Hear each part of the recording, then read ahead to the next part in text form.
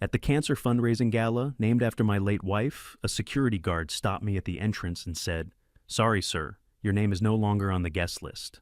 10 minutes later, my son walked out and coldly said, "The donors want to look toward the future, not an old man living in the past like you." But when I saw my daughter-in-law wearing the sapphire necklace my wife used to wear, I realized they were not just stealing the charity foundation. They were trying to erase her from this world completely. Thank you for being here with me. Before we go any further, drop a comment and tell me, have you ever been betrayed by someone you completely trusted, just yes or no? Your perspective might be exactly what someone else needs today. Quick note: some details are fictionalized for storytelling. What matters is the message at its heart. The security guard's hand pressed against my chest before I even reached the ballroom doors, and I knew 3 years of silent erosion had finally become erasure. "Sir, I'm sorry, but your name isn't on the approved list." I stopped mid-stride, the Rittenhouse Hotel's polished marble suddenly feeling less solid beneath my feet. At 68, I had spent 40 years reading hospital balance sheets with clinical precision, but nothing in those numbers prepared me for the arithmetic of betrayal waiting at this entrance. "There must be a mistake," I said, keeping my voice level. "I co-founded this foundation." The guard, young, maybe 30, with the apologetic expression of someone following orders, he didn't write, checked his tablet twice. "The list shows only family and major donors, sir. Perhaps you should contact the organizers." Family. I was the co-founder's widower, the father of the current director, the man who'd signed the original incorporation papers in this very hotel's business center 8 years ago. But my name had been scrubbed from the guest list, like coffee stains from white linen. I stepped back and looked up at the entrance banners. Estelle Townsend Cancer Care Foundation Annual Gala. My wife's name in elegant script, backlit and perfect. Below it, in smaller text, celebrating forward momentum in patient care. Forward momentum, not honoring our founders, not continuing Estelle's vision, just corporate language that erased history while pretending to honor it. I pulled out my phone and opened the foundation's website. The About Us page loaded slowly, and when it did, the biography section showed 3 paragraphs about Estelle's medical career and philanthropic vision. My name appeared once in the final sentence. Dr. Townsend's husband, Russell, provided initial operational support. Operational support. 40 years as a hospital CFO. Every system I'd built to ensure transparent fund allocation, every donor relationship I'd nurtured, reduced to a footnote that made me sound like an accountant they'd thanked and dismissed. 3 years. That's how long it takes for grief to become inconvenient. 3 years since Estelle died. 3 years since I'd stepped back from active foundation management, because sitting in board meetings without her felt like attending my own funeral. I'd trusted my son to protect what we built. I'd trusted wrong. "Dad." I turned. Lyle stood 10 feet away, emerging from the ballroom in a tailored tuxedo that probably cost more than the foundation spent on a month of patient grants. My son was 40 now, with his mother's warm smile, though he deployed it like a corporate asset calculated, strategic, timed for maximum effect. "I didn't expect you to actually come tonight," he said, walking toward me with the loose-limbed confidence of a man who believed his own press releases. As foundation director, Lyle had transformed himself into a fixture of Philadelphia charity circles, his face appearing in the society page photographs beside wealthy donors, his title mentioned in articles about next-generation philanthropy. "I've come to every gala since we started this," I said quietly. "Why wouldn't I come?" Lyle glanced at the security guard, then back to me. "Can we talk over here?" He led me toward a quiet corner of the lobby, away from the steady stream of donors flowing into the ballroom. Through the glass walls, I could see the event space chandeliers, white tablecloths, projection screens, showing smiling patients and before-after treatment photos. Estelle's vision packaged and branded. The board made some decisions about messaging this year. Lyle began, his tone taking on the smooth cadence of a practiced explanation. "The donors want to see the future, not the past. They want to know their contributions are building something new, not just maintaining memories. When did my son learn to speak in corporate eulogies for the living?" "Your mother built this for the patients," I said, "not for your LinkedIn profile." Something flickered across his face. Anger maybe, or shame, wearing anger's mask. "That's not fair. I've doubled our fundraising in 3 years. I've expanded our grant programs. I've made this foundation sustainable. By erasing the people who created it, by letting it evolve. He straightened his bow tie, a gesture I recognized from childhood, Lyle adjusting his appearance when he wanted to adjust the conversation. Dad, you haven't been to a board meeting in 18 months. You didn't respond to the strategic planning emails. You can't ghost the organization and then get upset when it moves forward without you. The words landed with surgical precision because they contained enough truth to make the lies hurt worse. I had withdrawn. I had stopped attending meetings. But I'd never stopped caring, and I'd certainly never authorized my own deletion from the Foundation's history. I need to get back inside, Lyle said, checking his watch. Major donor remarks in 10 minutes. We can talk about this next week if you want. He turned toward the ballroom doors, and that's when I saw her. Leona Townsend, my daughter-in-law, glided through the crowd in a designer gown that caught the light like oil on water. At 38, she had transformed Foundation galas into glossy spectacles, photographed for society pages, her PR firm, billing 6 figures annually to burnish a charity she was quietly hollowing from within. She moved with practiced grace, air-kissing donors, angling for photos, performing philanthropy for an audience. But it was her necklace that stopped my breath. Sapphire. Estelle's sapphire necklace, the one she'd worn during her final chemotherapy sessions, because she said the blue reminded her of better days at the shore. The one she'd clutched in the ICU, too weak to unclasp it herself, whispering for me to keep it safe. The one my son had sworn was secure in storage, too precious and too painful to touch. Now it rested against Leona's collarbones, catching chandelier light as she laughed with a donor.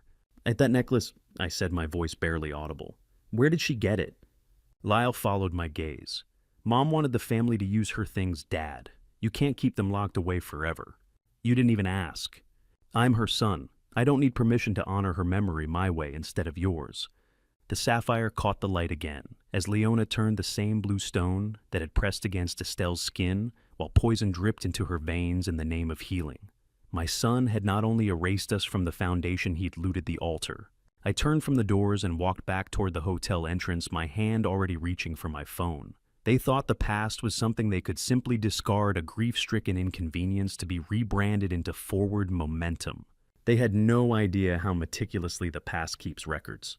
The house was always too quiet in the hours after midnight, but that morning, the silence felt like evidence. I'd driven home from the Rittenhouse in a fog of disbelief that had burned off somewhere around the Schuylkill, leaving only cold arithmetic. The sapphire necklace, the scrubbed guest list, the Foundation's rebranded history. These weren't isolated incidents, they were line items in a systematic audit of erasure.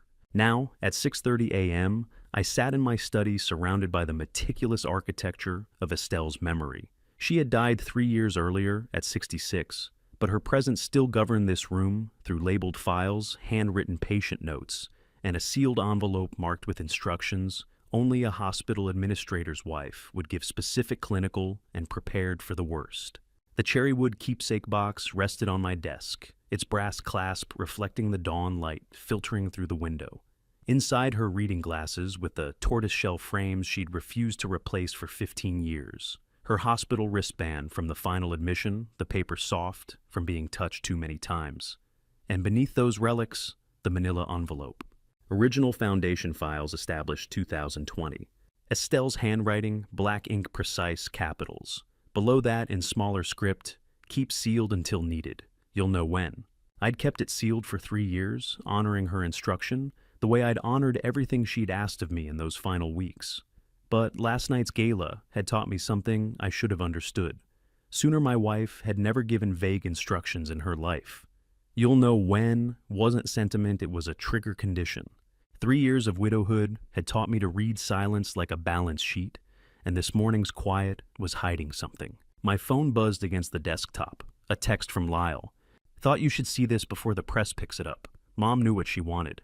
Below the message, a link to the Foundation's Instagram account. I clicked it, and my screen filled with a photograph of a handwritten letter on cream stationery, the Foundation's letterhead, visible at the top. To the board and supporters of the Estelle Townsend Cancer Care Foundation, the letter began. As I face my final weeks, I want to ensure our mission continues with strength and vision. Lyle has demonstrated the leadership and innovation needed to carry our work into the modern era. Trust his judgment. Embrace the partnerships he brings. Let the Foundation grow beyond what we first imagined. The signature at the bottom read, "Love always Mom." I stared at those 3 words until they stopped making sense. Estelle had never signed anything Mom in her life. Not birthday cards, not school permission slips, not the handwritten notes she'd left on my pillow during business trips. She'd signed everything the same way for 40 years. Our private code from the early days when I'd teased her about her compulsive organization. Your stubborn accountant. Even her final note to me, scrawled 2 days before she died, too weak to write more than 1 line. Your stubborn accountant loves you more than numbers can measure. When had my son learned to counterfeit his own mother's love? I zoomed in on the signature. The handwriting was close. Someone had studied her script, practiced the loops and pressure points. But the M in Mom had a slight tremor at the peak, and the comma placement was wrong. Estelle would have put it after always and not before Mom. My phone rang, Lyle's name on the screen. I let it go to voicemail, then immediately received another text. "We need to get on the same page about this, Dad. Call me." I set the phone face down and pulled open my desk's bottom drawer, where I kept the things too authentic to file away in boxes. Estelle's personal journal rested beneath a stack of condolence cards I'd never had the strength to answer. The journal was brown leather, worn soft at the corners from being carried in her purse for the last 2 years of her life. I'd read it once the week after she died, then locked it away because seeing her handwriting felt like touching an open wound. Now, I opened it to the final entries dated in the margins with her typical precision. September 14th, 3 years ago. Lyle asked today how much the foundation is worth. Not the endowment size, he knows those numbers. He wanted to know the brand value, what we could sell naming rights for. I told him we're a charity, not a marketing asset. He looked at me like I was naive. September 22nd. Board meeting. Lyle presented a proposal for corporate wellness partnerships, essentially selling patient data to pharmaceutical companies for targeted outreach. Russell would call it monetizing vulnerability. I voted no. Lyle abstained rather than support me. When did he stop seeing patients as people? October 1st. I see my mother's greed in his eyes. I thought I'd raised him better. I thought love and example would be enough. I was wrong about many things. October 8th. Told Rowena to update the trust documents. If something happens to me, Russell needs protection. Lyle will try to isolate him, wear him down with grief, take everything while he's too broken to fight. The anti-exploitation addendum goes into effect today. Lyle doesn't know it exists. October 19th, 2 weeks before she died. Dr. Morrison says I have days, maybe a week. I'm not afraid of dying. I'm afraid of what Lyle will do after. Russell thinks our son is ambitious but fundamentally good. He's half right. Lyle is ambitious. And then, on the final page in handwriting that showed the tremor of failing strength. If you are reading this, it means I was right. He will try to take everything, protect the patients. The trust attorney knows what to do. I love you, your stubborn accountant. I sat back in my chair, the journal heavy in my hands. Estelle had seen this coming. While I'd been holding her hand in the hospital, counting her breaths, trying to memorize the sound of her voice, she'd been preparing for war. She'd updated trust documents, created an anti-exploitation addendum, left instructions with the trust attorney. Rowena Sinclair, my wife's oldest friend, the woman who'd drafted every foundation document, who'd sat beside Estelle during chemo sessions, reading legal briefs aloud to pass the time. I reached for my phone and pulled up Rowena's contact information, my thumb hovering over the call button. Then I stopped. If Estelle had prepared legal safeguards 3 years ago, and if Lyle was now desperate enough to post forged letters on social media, then I wasn't grieving anymore. I was executing a plan my wife had built, without telling me a plan she'd known I'd need exactly when the silence became evidence. I looked at the sealed envelope in the cherrywood box. You'll know when. I knew. The question was not whether Estelle had prepared for this, but how much she had known. I called Rowena Sinclair from my study that same morning, and her response came without hesitation.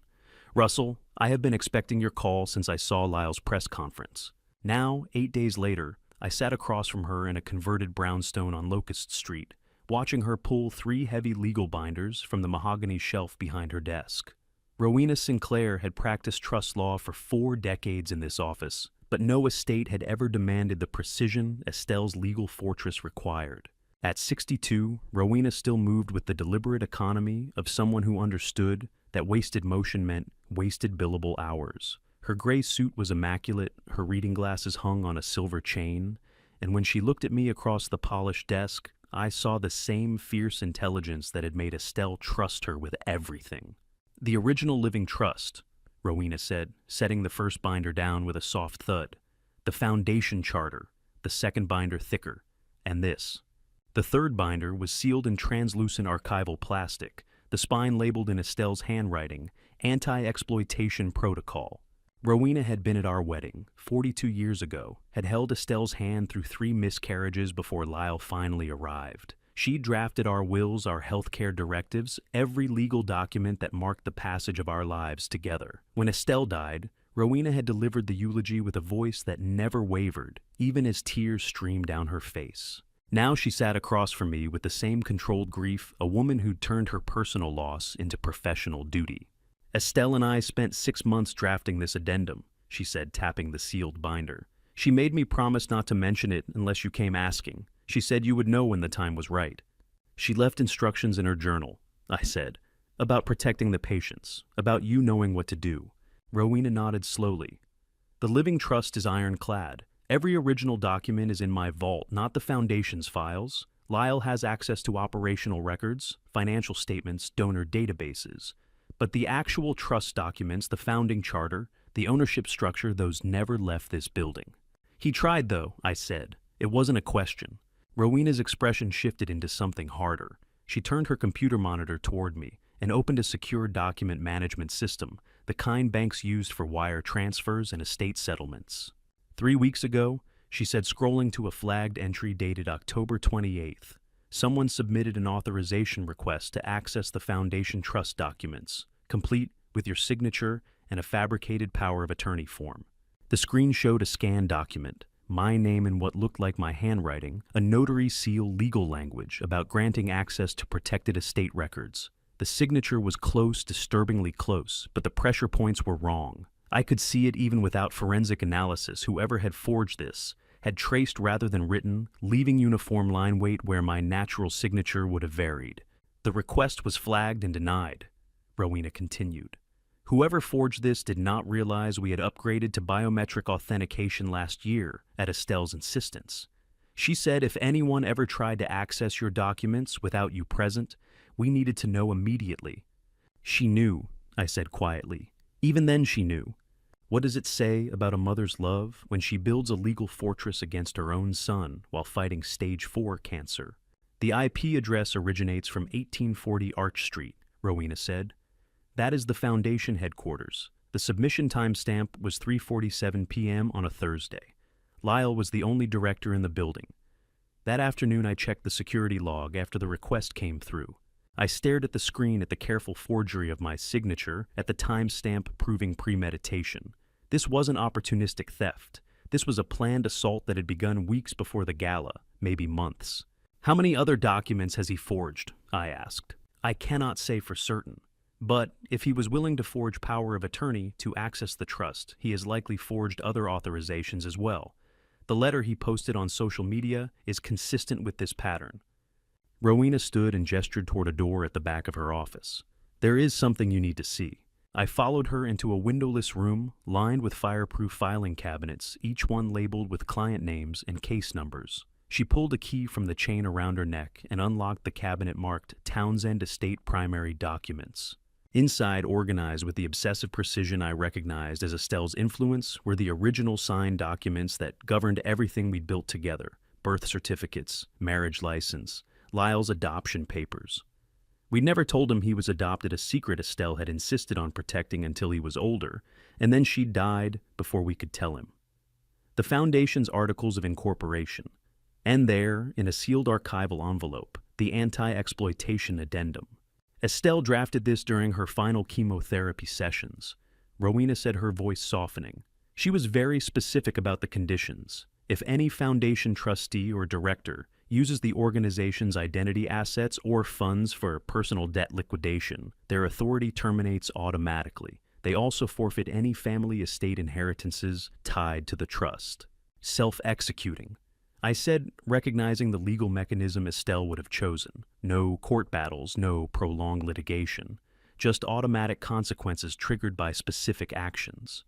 Yes, but it requires one specific trigger formal declaration before the board or major benefactors. The clause does not activate on suspicion or private knowledge. You must make the accusation publicly with evidence in front of the people who fund the foundation's work. A gala, I said. Rowena met my eyes. A gala. The trust does not just protect the foundation, she continued. It protects you from being declared incompetent or forced into guardianship. Lyle cannot claim you are unfit and take control of your assets. Estelle embedded specific competency safeguards that require independent medical evaluation by 3 separate physicians of your choosing, not his. I thought of the forged letter of Lyle's corporate speak about forward momentum, of Leona wearing the sapphire necklace. She said something to me during our last session, Rowena added quietly. She said, if it comes to this, Russell will need proof that I saw it coming. He will blame himself otherwise. Make sure he knows I saw exactly who Lyle was becoming, and I still chose to protect the patients first. Rowena pulled the sealed addendum from its archival sleeve, Estelle's handwriting, visible through the translucent envelope. She paused, meeting my eyes. The question is whether you can watch your son destroy himself, or whether you will try to save him first. Rowena's question followed me out of her office and into the following week, but my granddaughter answered it before I could. My granddaughter had learned to whisper in her own home, and that told me everything I needed to know about what Lyle had become. I'd visited Greer every Thursday afternoon since Estelle died, a routine we'd maintained through grief and distance. But when I pulled up to Lyle and Leona's renovated Colonial that November afternoon, the driveway told a story the foundation's tax filings would never explain. 2 German sedans, both current model year, both with temporary dealer plates. Through the front window, new furniture the kind featured in design magazines with deliberately vague price tags. A massive television dominated what used to be a modest living room. Greer opened the door before I reached the porch. At 13, she loved her grandfather with the quiet intensity of a child who sensed something precious slipping away, though she didn't yet have words for betrayal. "Hi, Grandpa," she said, her voice careful. "Mom said you could only stay for an hour today." She glanced back toward the home office where Leona's voice drifted through the hallway. "Brand synergy. Donor engagement metrics." "That's fine," I said. "How's school?" "Good." She closed the door with unusual care. "They got new cars last week. Dad said the foundation needed him to look successful for donors. 13 years old, and Greer had already learned that some truths require closed doors and lowered voices. "Can we talk in my room instead of the kitchen?" she asked. We had to walk past the home office. The door stood half open, and through it I glimpsed Leona at her desk, 3 monitors displaying marketing materials. She was too focused on her call to notice us. Brand guidelines, logo variations, social media templates. The header text stopped me. The Townsend Foundation Modernizing Cancer Care for Tomorrow's Patients. Not the Estelle Townsend Cancer Care Foundation, just the Townsend Foundation. Every logo, every banner, every piece of material had been stripped of Estelle's name. Her photo, the one we'd used for 8 years, her smile warm in her white coat, had been replaced with Lyle's professional headshot, strategically lit and digitally retouched. Leona's eyes flicked toward the doorway. She saw me looking. Her hand moved to minimize the window. She smiled through the glass, holding up one finger to indicate her call would wrap soon. "We are streamlining the brand for modern donors," she said into her headset, eyes still on me. "Estelle would understand." Greer's hand found mine, squeezing once. "Grandpa, can I show you something upstairs?" We climbed to the 2nd floor. Her bedroom door had a new sign, "Greer's Space, Please Knock." She closed it behind us and locked it, something I'd never seen her do before. "Dad says grief branding doesn't work anymore," she said quietly, pulling her phone from her pocket. "He says people want to invest in the future, not the past." How do you explain to a child that her parents are dismantling the memory of the grandmother who died holding her hand? "The weir?" I started, but she was already scrolling with shaking hands. "I recorded this by accident last week when I was helping with the camera equipment setup," she said. "They were shooting a promotional video at the foundation office. I heard them talking and I hit record." She handed me the phone. The video was shaky, filmed from a low angle, but the audio was crystal clear. Lyle's voice, "We need the hospice footage to sound more forward-looking. Can you splice the audio so she's talking about innovation instead of just patient comfort?" A man I didn't recognize, presumably the video editor. I can pull phrases from different recordings and reassemble them. As long as the tone matches, nobody will notice the edits. Leona's voice closer to the camera. Make sure she sounds like she's endorsing the partnerships. We need donors to believe this is what Estelle wanted, not what Lyle is imposing. Lyle laughing. We will splice the hospice audio so it sounds like she is talking about innovation, not patients. Nobody checks the source files. They just want to feel good about their contributions. The editor. I'll have a draft by Friday. You want me to add the music swell when she says future to make it more emotional. Leona. Perfect. And Greer, honey, you need to delete that test footage from your phone. We can't have rough cuts floating around. The video ended. Greer's eyes filled with tears. Dad told me never to show anyone this. He said it would hurt the foundation if people misunderstood. He made me promise. She looked up at me, her voice breaking. Grandpa, are they lying about Grandma? I wanted to tell her no. I wanted to protect her from the knowledge that her parents were capable of such calculated desecration. But she'd already seen it, already carried this burden alone. Yes, I said quietly. They are.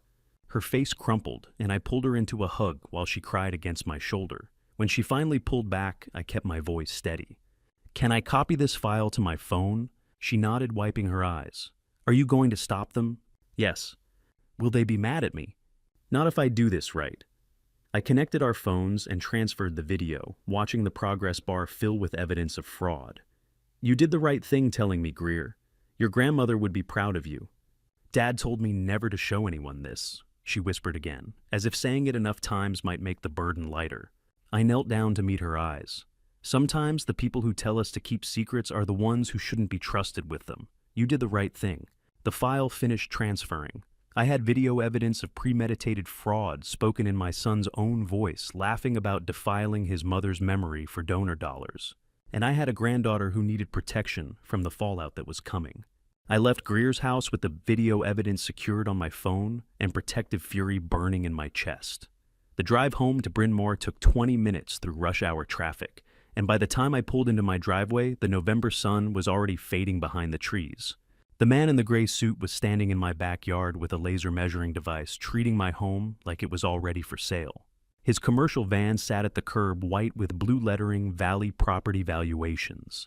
Professional, legitimate-looking, the kind of service real estate attorneys hired for estate planning. He was methodically photographing the house's exterior, the mature oak trees, the stone patio. Estelle and I had installed the summer before her diagnosis. Can I help you? I called across the yard, my voice harder than I intended. This is private property. The man looked up from his tablet, startled but not embarrassed. Preston Odom was a licensed property appraiser in his mid-40s who had spent 20 years conducting legitimate estate valuations and had no idea the authorization document in his folder would make him an unwitting participant in elder fraud. Mr. Townsend, that's he said, walking toward me with professional confidence. I'm here on behalf of your family legal representative, standard property valuation for estate planning purposes. Nobody authorized you to be on my property. I stopped at the edge of the patio, blocking his path to the side yard. Show me your documentation. A stranger measuring the dimensions of the home Estelle and I had shared for 38 years, calculating its liquidation value while I still slept in our bedroom. Preston pulled a leather folder from his equipment bag, rifling through pages with practiced efficiency. I have full authorization right here. Power of attorney executed November 3rd. Your son requested a comprehensive market assessment for estate planning and tax purposes. He handed me a document. It looked official. Notarized. My name typed at the top in formal legal language. Russell Edward Townsend hereby grants Lyle Michael Townsend authority to conduct property assessments, estate valuations, and financial planning consultations on behalf of the principal. The signature at the bottom looked like mine. The loops, the pressure, the slight leftward slant I developed from decades of signing budget approvals. But I never used my middle name, ever. In 40 years of signing hospital contracts, bank documents, and foundation paperwork, I had never once written Russell Edward Townsend, just Russell Townsend. Estelle used to tease me about it, said I was trying to pretend I didn't share a name with my father. Whoever forged this signature had studied my handwriting carefully enough to replicate the mechanics, but hadn't known the personal quirk that would expose them. I never signed this document, I said quietly, handing it back. I need you to leave my property immediately. Preston's professional demeanor flickered. Sir, I understand this can be sensitive, but family planning often requires difficult conversations. Your son mentioned you might be experiencing what? I interrupted. Confusion memory problems. Is that what he told you? Preston's silence was answer enough. At what point does a son stop seeing his father as a person and start seeing him as an asset column on a balance sheet? I pulled out my phone and dialed Zachariah Whitfield. He answered on the second ring. Russell, good to hear from you. What can I... Zachariah, I need you to confirm whether I signed any property authorization documents on November 3rd. A pause. Keyboard clicking in the background. Zachariah Whitfield. 58 had managed my accounts for 20 years at Philadelphia Trust and knew my signature pressure points better than most people knew their own children, which was exactly why the forged authorization attempt had triggered every fraud protocol in the system. November 3rd, Zachariah said slowly. No, there's nothing in your file from that date. Why? Because there's a property appraiser standing in my backyard, claiming I gave my son power of attorney to conduct estate valuations. The keyboard clicking stopped. Mr. Townsend, there is nothing in your file. This sounds like attempted financial elder fraud. Do not let him leave. I need his business information immediately. I put the phone on speaker. Mr. Whitfield would like to speak with you. Preston's face drained of color. I'm a licensed appraiser. I was given legitimate documentation. This is Zachariah Whitfield, senior manager at Philadelphia Trust. Zachariah's voice came through clear and sharp. You are currently on private property with fraudulent authorization. I need your full name, business license number, and the contact information for whoever hired you. Preston Odom, license P A-RE-47832. I was contacted by Lyle Townsend's office. They sent the authorization document by encrypted email along with the work order. Encrypted, Zachariah repeated. Mr. Odom, you need to preserve that email chain and all associated documents. You're going to be contacted by law enforcement. Preston started gathering his equipment with shaking hands. I had no idea. The signature looked legitimate. I verified it against the notary seal, checked the date stamp. I have the power of attorney right here, he said, his voice rising with defensive panic. It looks exactly like your signature, sir. Whoever prepared this did excellent work. I've been appraising properties for 20 years, and this is professional-grade documentation. There it was. The admission that this was an amateur hour. Someone with skill had forged my signature. Someone who understood notary procedures and legal formatting well enough to fool a licensed professional. Preston's van pulled away 5 minutes later, leaving me standing in the driveway with Zachariah still on the line. Russell, Zachariah said, his tone shifting to something I hadn't heard in 20 years of banking relationship clinical alarm. We need you at the branch first thing tomorrow morning. This appraiser incident isn't isolated. What do you mean? Whoever forged that signature has attempted to add Lyle as co-owner on 3 of your accounts.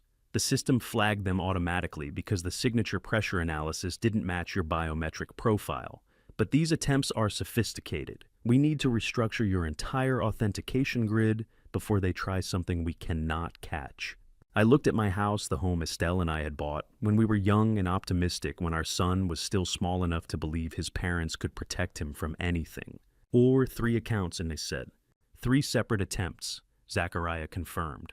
All in the last 2 weeks. Russell, someone is building a systematic plan to take control of your assets. We need to shut every door before they find one we missed. I spent that night cataloging evidence and preparing for the morning bank meeting with Zachariah. But at 7:05 a.m., before I could leave for Philadelphia, my phone rang with a number I didn't recognize. The nursing home called at 7 in the morning, and I had never been a patient there, which meant someone had made me one without asking. Mr. Townsend, my name is Zandra Yates. The woman said, her voice pitched low, like she was calling from somewhere she shouldn't be. I work intake at Meadowbrook Care. I need to ask you a question that may sound strange. Are you aware that you have an admission file here? Oh. I set down my coffee cup with care that felt absurd given what she just said. No, I have never been a patient at your facility. What kind of file? A mandatory medical custody admission for cognitive evaluation and long-term placement. She paused and I heard a door close in the background. Filed by your son as designated medical guardian. The words didn't process at first, like hearing a diagnosis in a language you almost understand, but can't quite translate into meaning. That's impossible, I said. I don't have a medical guardian. I'm not incompetent. I know. Xandra Yates, 42, had worked intake at Meadowbrook Care for 15 years and had seen enough fraudulent commitment paperwork to recognize when a family was warehousing an inconvenient elder, which was exactly why she risked her job to make the call.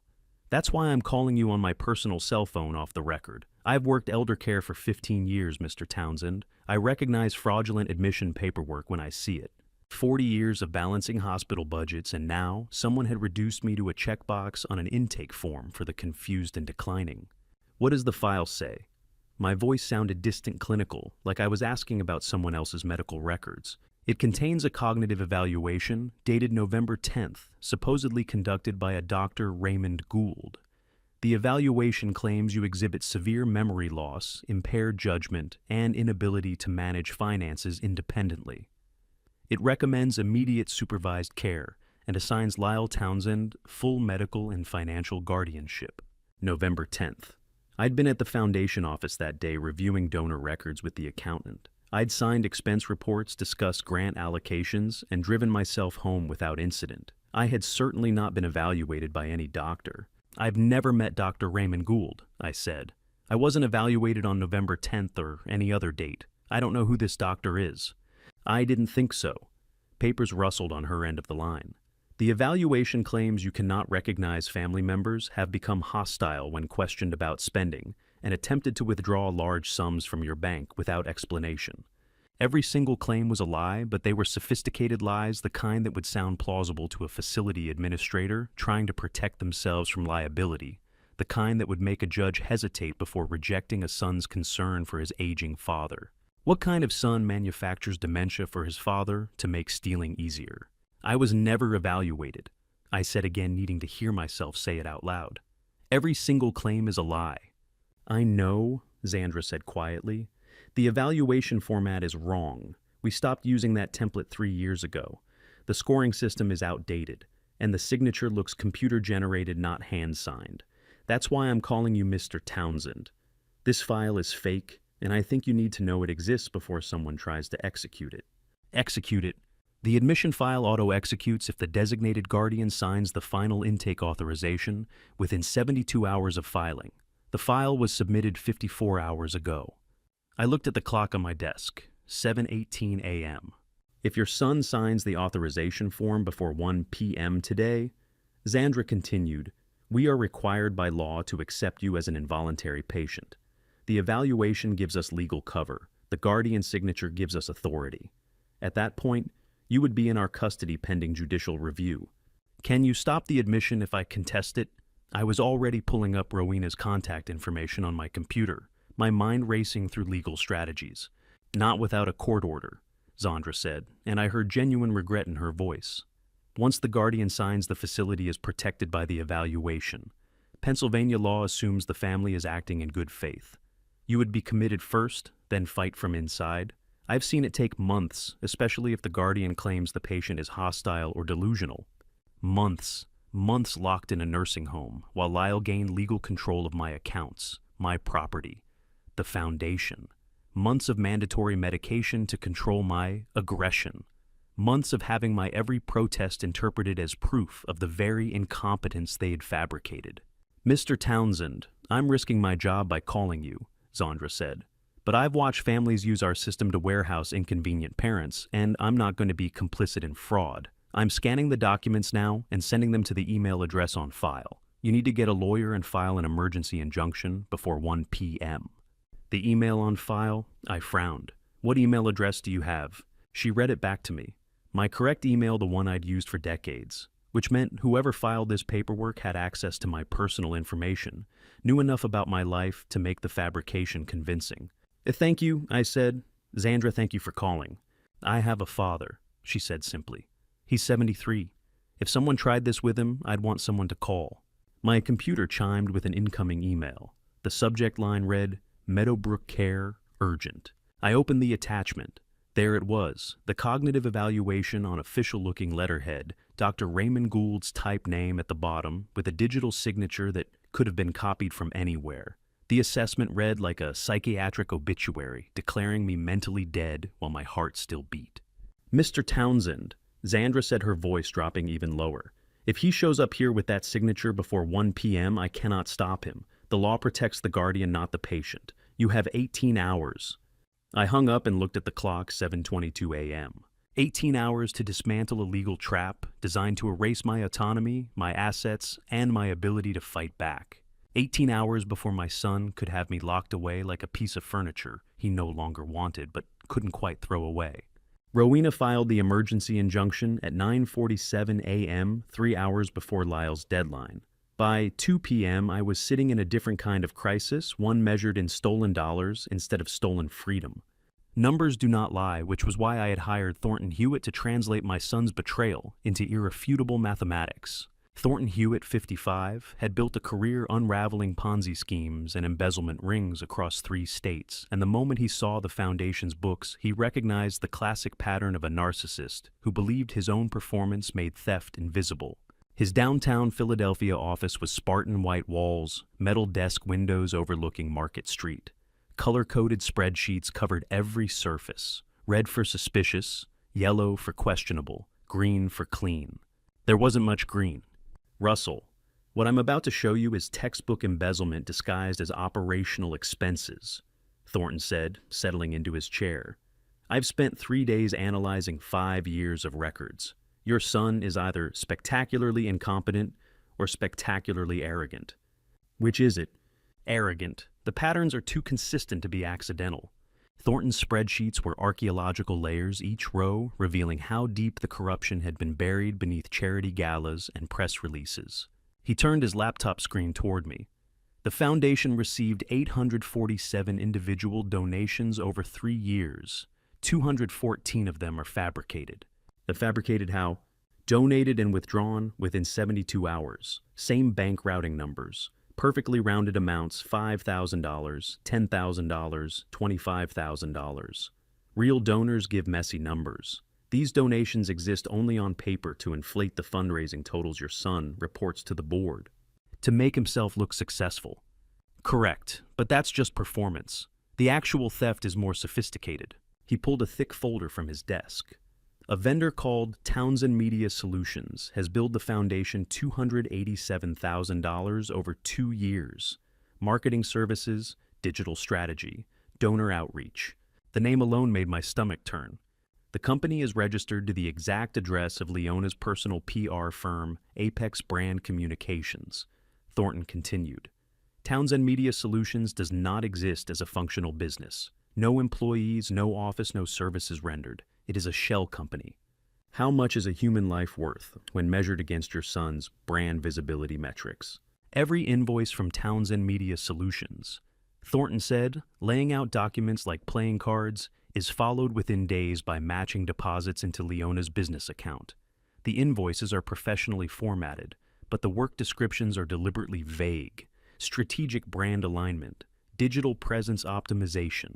I picked up one invoice. It looked legitimate Foundation letterhead, proper formatting, Lyle's signature, but the service description was meaningless corporate jargon. $287,000 of patient care money went directly into your daughter-in-law's pocket over 24 months, I said. Correct. Thornton's voice remained clinical, but I heard the anger beneath it. He pulled out a thinner file marked with a single red flag. Russell, I need to show you the human cost. He slid a grant application across the desk. Handwritten medical history filled the margins in neat, desperate script. Jennifer Calloway, Thornton said quietly. 34 years old, 2 children under 10.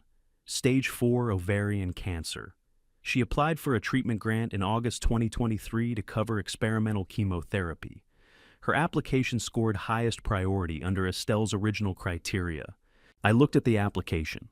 Jennifer's handwriting was careful, almost apologetic. She'd attached photos 2 small girls with gap-toothed smiles holding a sign that read, "We love you, Mommy." The denial letter cited budget constraints. Thornton continued, "Insufficient funds. The letter is dated August 18th. He pulled up another document. 3 days later, on August 21st, Lyle approved a $42,000 payment to Townsend Media Solutions for a promotional video campaign. The timeline hit me like physical force. Jennifer denied life-saving treatment because of budget constraints.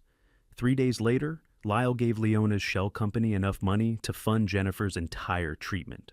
That same week, Thornton said, pulling up a news clip, "Your son appeared on local television celebrating the foundation's record-breaking fundraising quarter." I watched the video.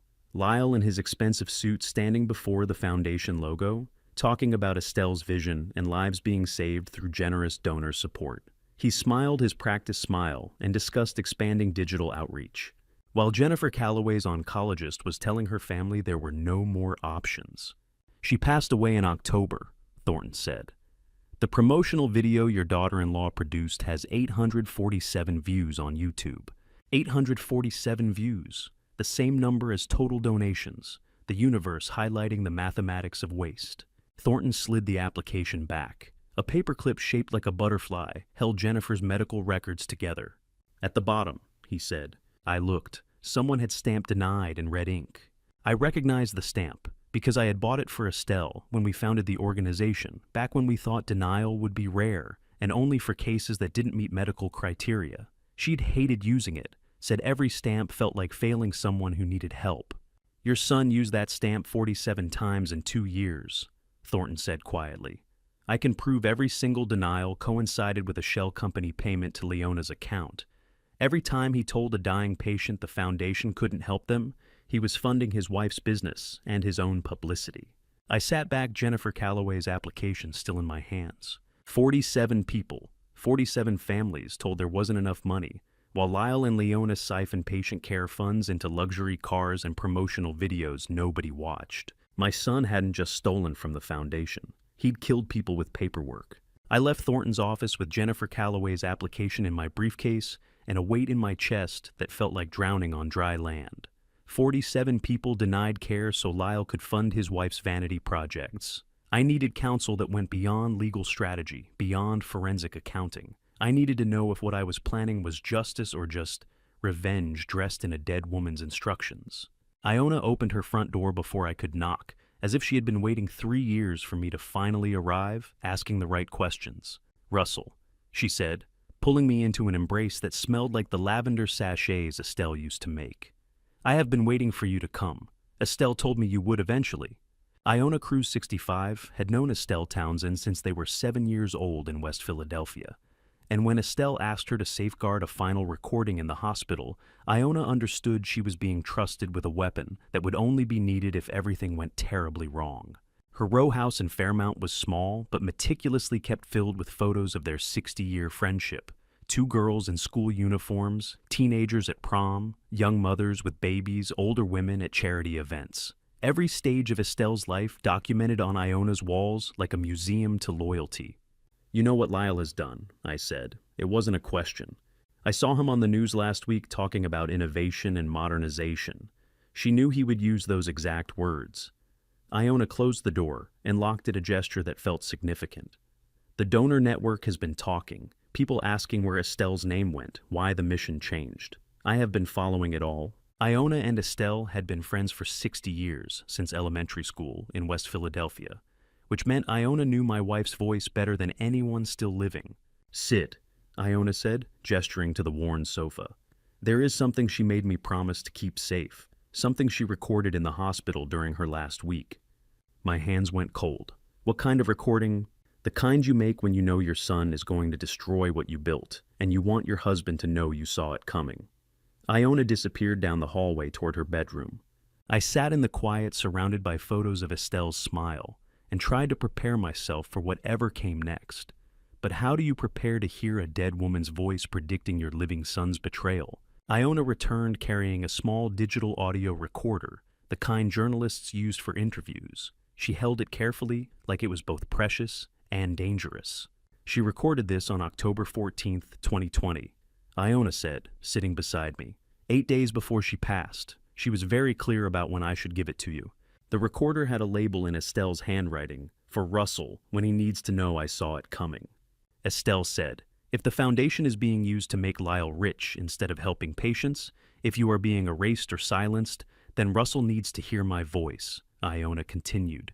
She made me promise I would not let you hear this unless it was necessary. She did not want you grieving over suspicions if they never came true. What kind of mother records a message like this knowing her son might one day prove her worst fears true? They came true, I said quietly. I know. Iona placed the recorder in my hands. Press play when you are ready. I will be in the kitchen. She left me alone with my wife's final message. I stared at the device for a full minute before my thumb found the play button. The recording started with ambient hospital noise monitors, beeping distant voices in the hallway, the mechanical hiss of the IV pump. Then, Estelle's voice weakened by illness, but utterly clear in purpose. Russell, if you are hearing this, it means my worst fears came true. Lyle has put his ambition before the patient's. I closed my eyes. 3 years since I'd heard that voice, and it still felt like coming home. I have been watching him change, Estelle continued. He asked me last month how much the foundation brand is worth, not the endowment, the brand, like we built a product to sell. I told him we are a charity, not a corporation. He looked at me like I was naive.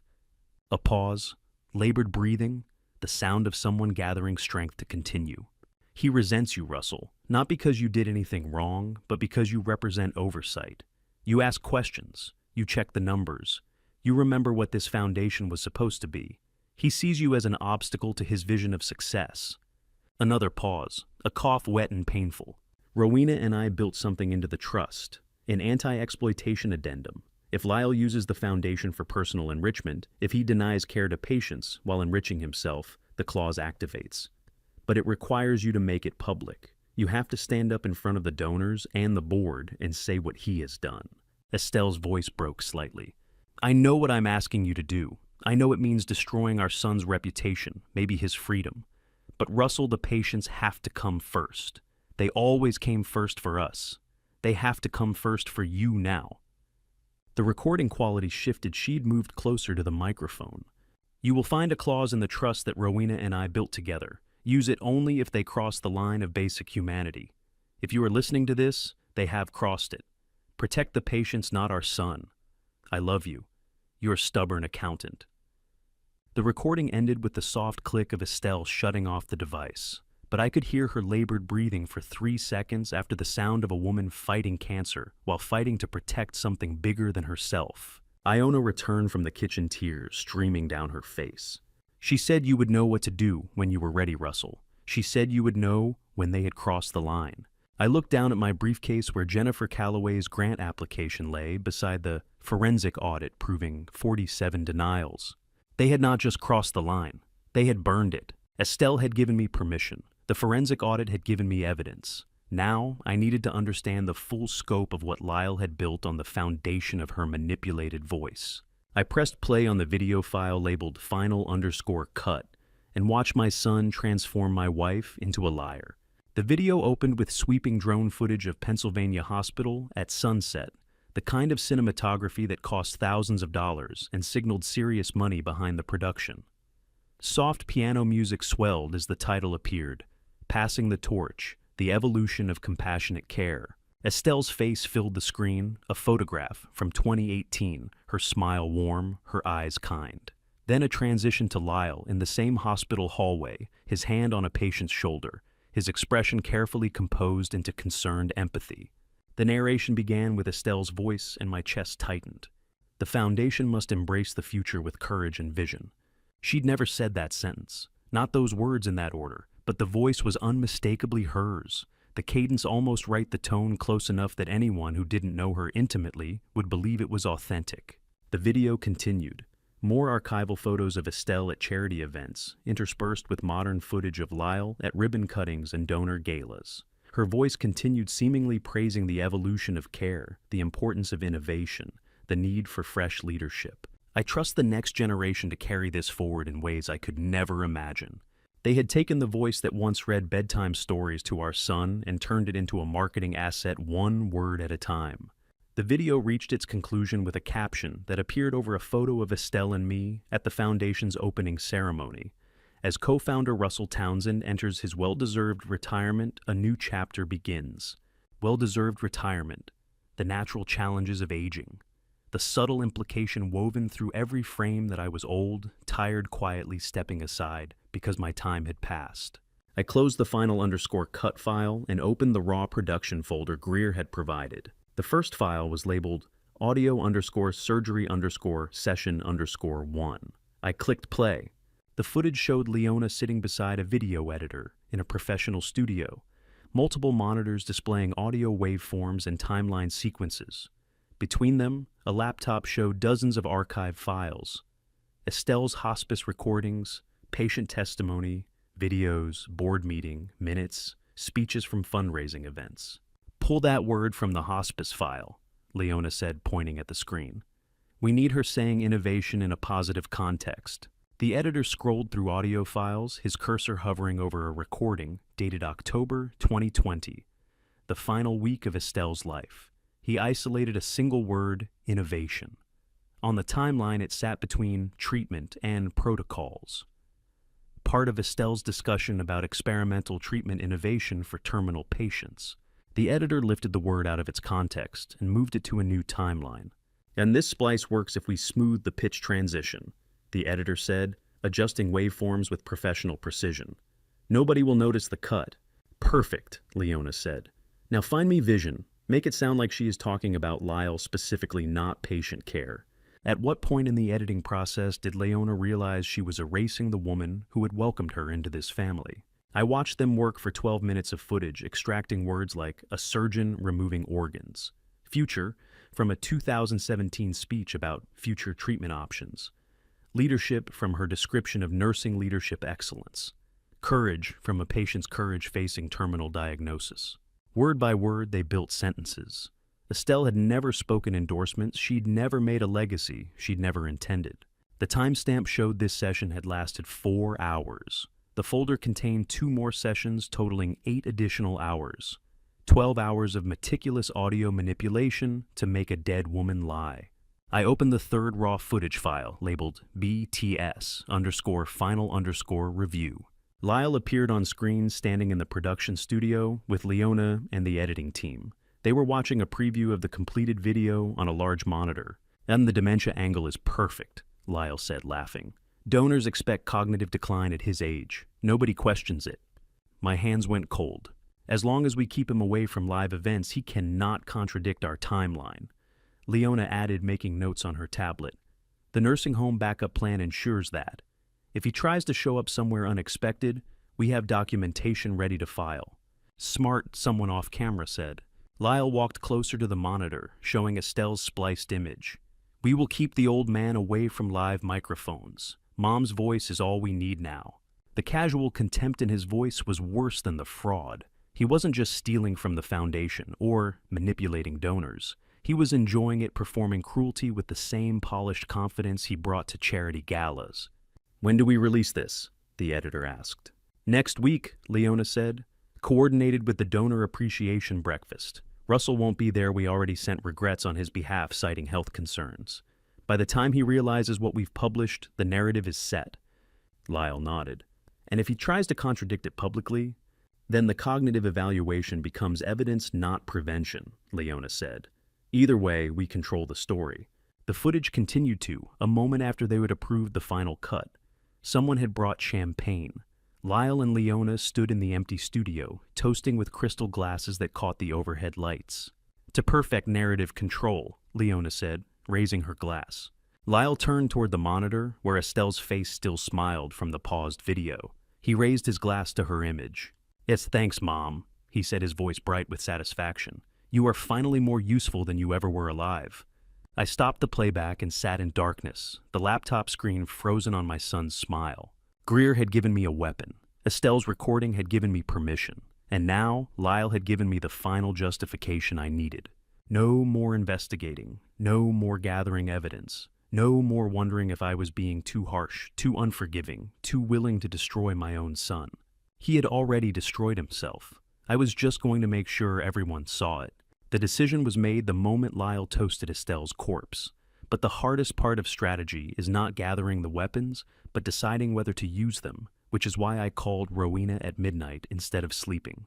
Her face appeared on my laptop screen, sharply focused despite the late hour. Behind her, I could see the familiar law office shelves, the same books that had governed every legal decision Estelle and I had made for 40 years. "Russell," she said. I assume this is not a social call. I have enough evidence to destroy him. I said my desk covered with files like a war room command center. The question is whether I should try to stop this privately first. Rowena's expression didn't change. Russell, private settlements work when both parties want resolution. Does Lyle want resolution, or does he want you eliminated? I pulled up Xandra's scanned nursing home documents on my screen and shared them through the encrypted call. The nursing home documents prove he wants me silenced permanently. Private negotiation gives him time to execute that plan. Show me everything else, Rowena said, pulling a legal pad into view. I methodically presented the arsenal. Thornton's forensic audit showing the shell company theft, the fabricated donations, the 47 denied patient grants. Jennifer Calloway's application with the butterfly paperclip and red denied stamp.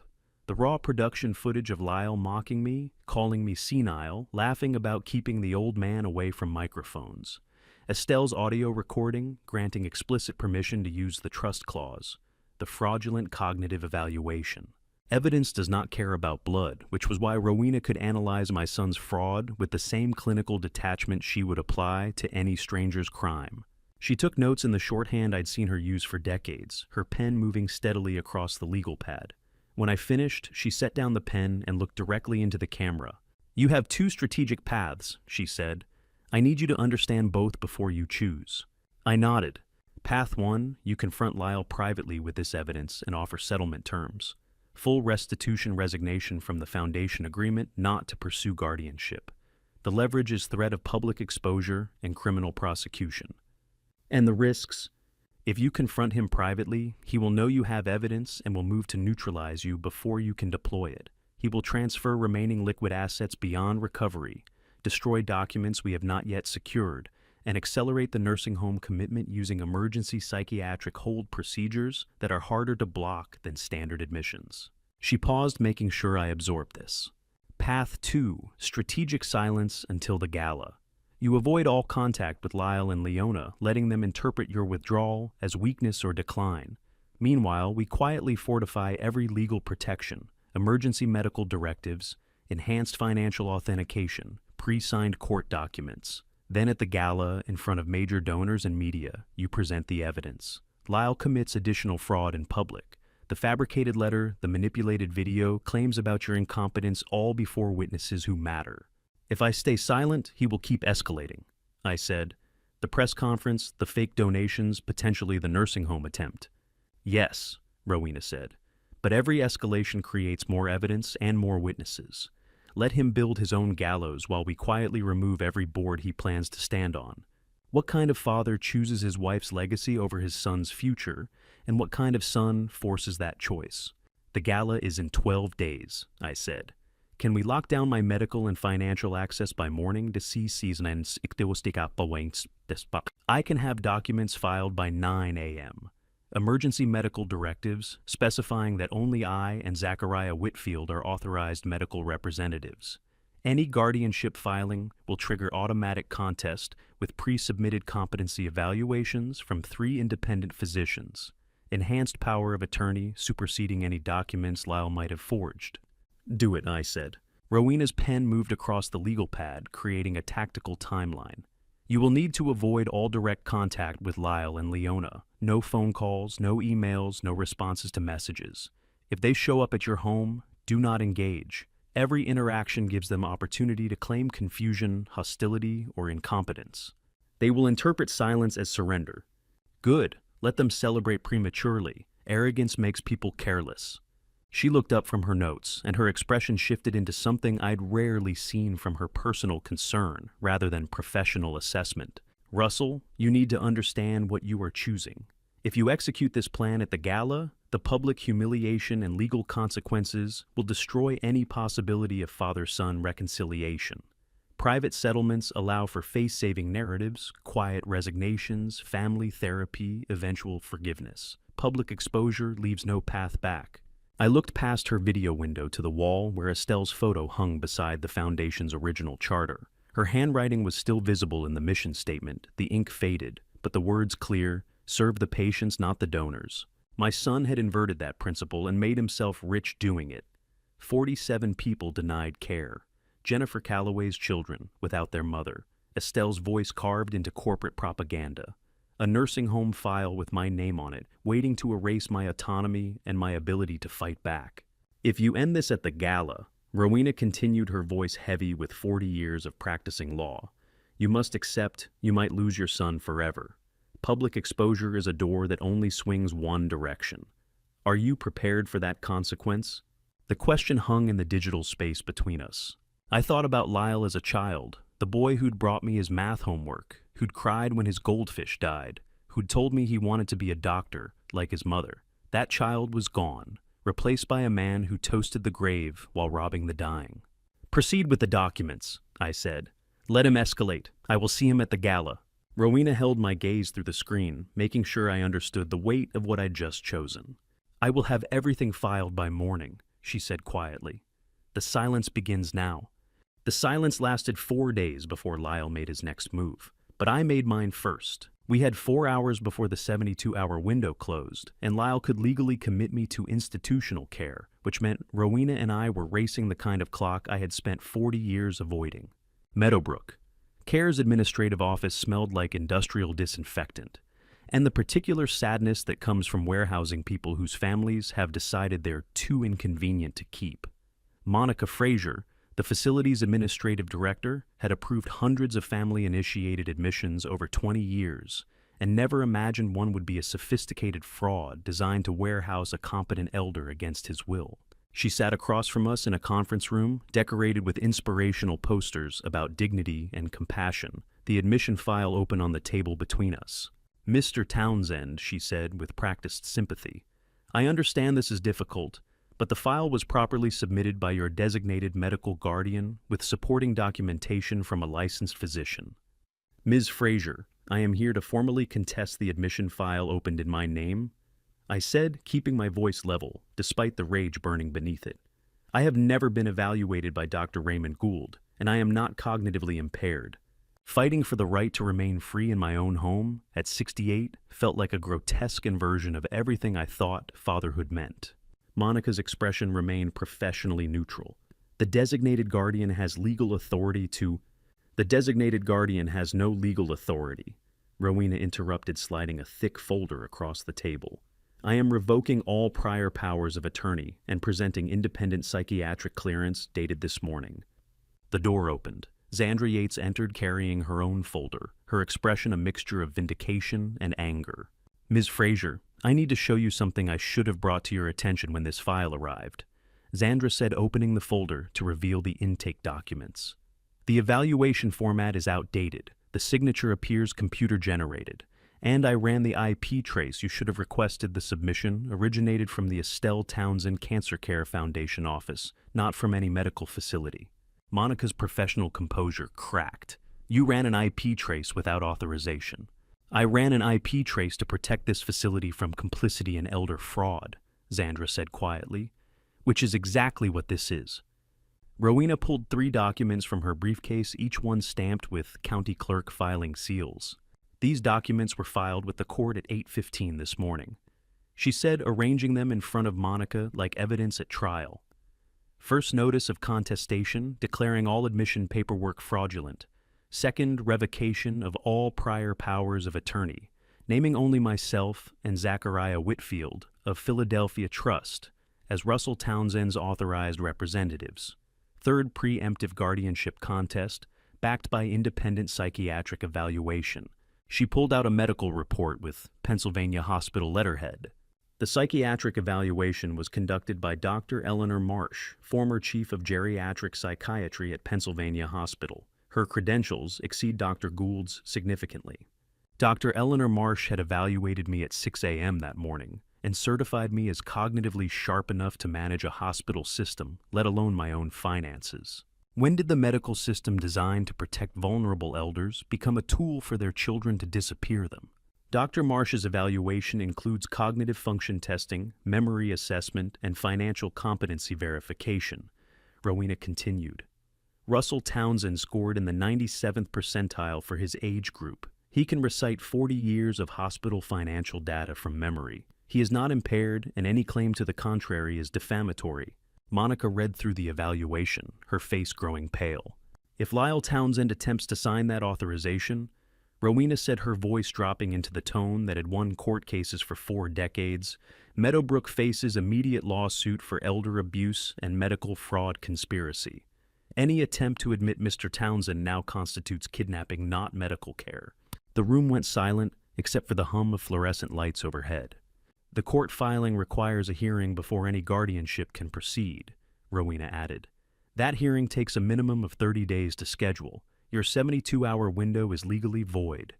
Monica closed the admission file with shaking hands. Mr. Townsend, I apologize. If I had known— You should have known, Xandra said. The intake documents had red flags I identified within 10 minutes. You approved them because a family member filed them, and you assumed good faith. I need copies of everything in that file, Rowena said. Certified copies for legal proceedings. Monica nodded, already reaching for her phone to call the records department. I'll have them prepared immediately, and I'm flagging this file as contested fraud. If anyone from the Townsend family contacts us, we refer them to legal counsel. Xandra handed Rowena a USB drive. Digital trail showing the file submission origin timestamps and the IP address trace to the Foundation office. Everything you need to prove premeditation. Ms. Yates, thank you for protecting me, I said, standing to shake her hand. You saved my autonomy, possibly my life. Her eyes were bright with unshed tears. I have a father, she said simply. Someone needed to call. Rowena and I walked out of Meadowbrook Care into December sunlight that felt like freedom. The nursing home trap was neutralized, the legal protections locked into place, the evidence secured. But Rowena's expression was grim as we reached her car. They know they lost the medical angle, Russell, she said, unlocking the doors. Plan B will be total character assassination. Whatever Lyle has planned, it will be loud and public. Let him try, I said, settling into the passenger seat. I have 5 days to prepare, and he has no idea what I know. Rowena's phone buzzed before she could start the engine. She glanced at the screen, then went very still. What? She turned the phone toward me, showing a news alert from Philadelphia's NBC affiliate.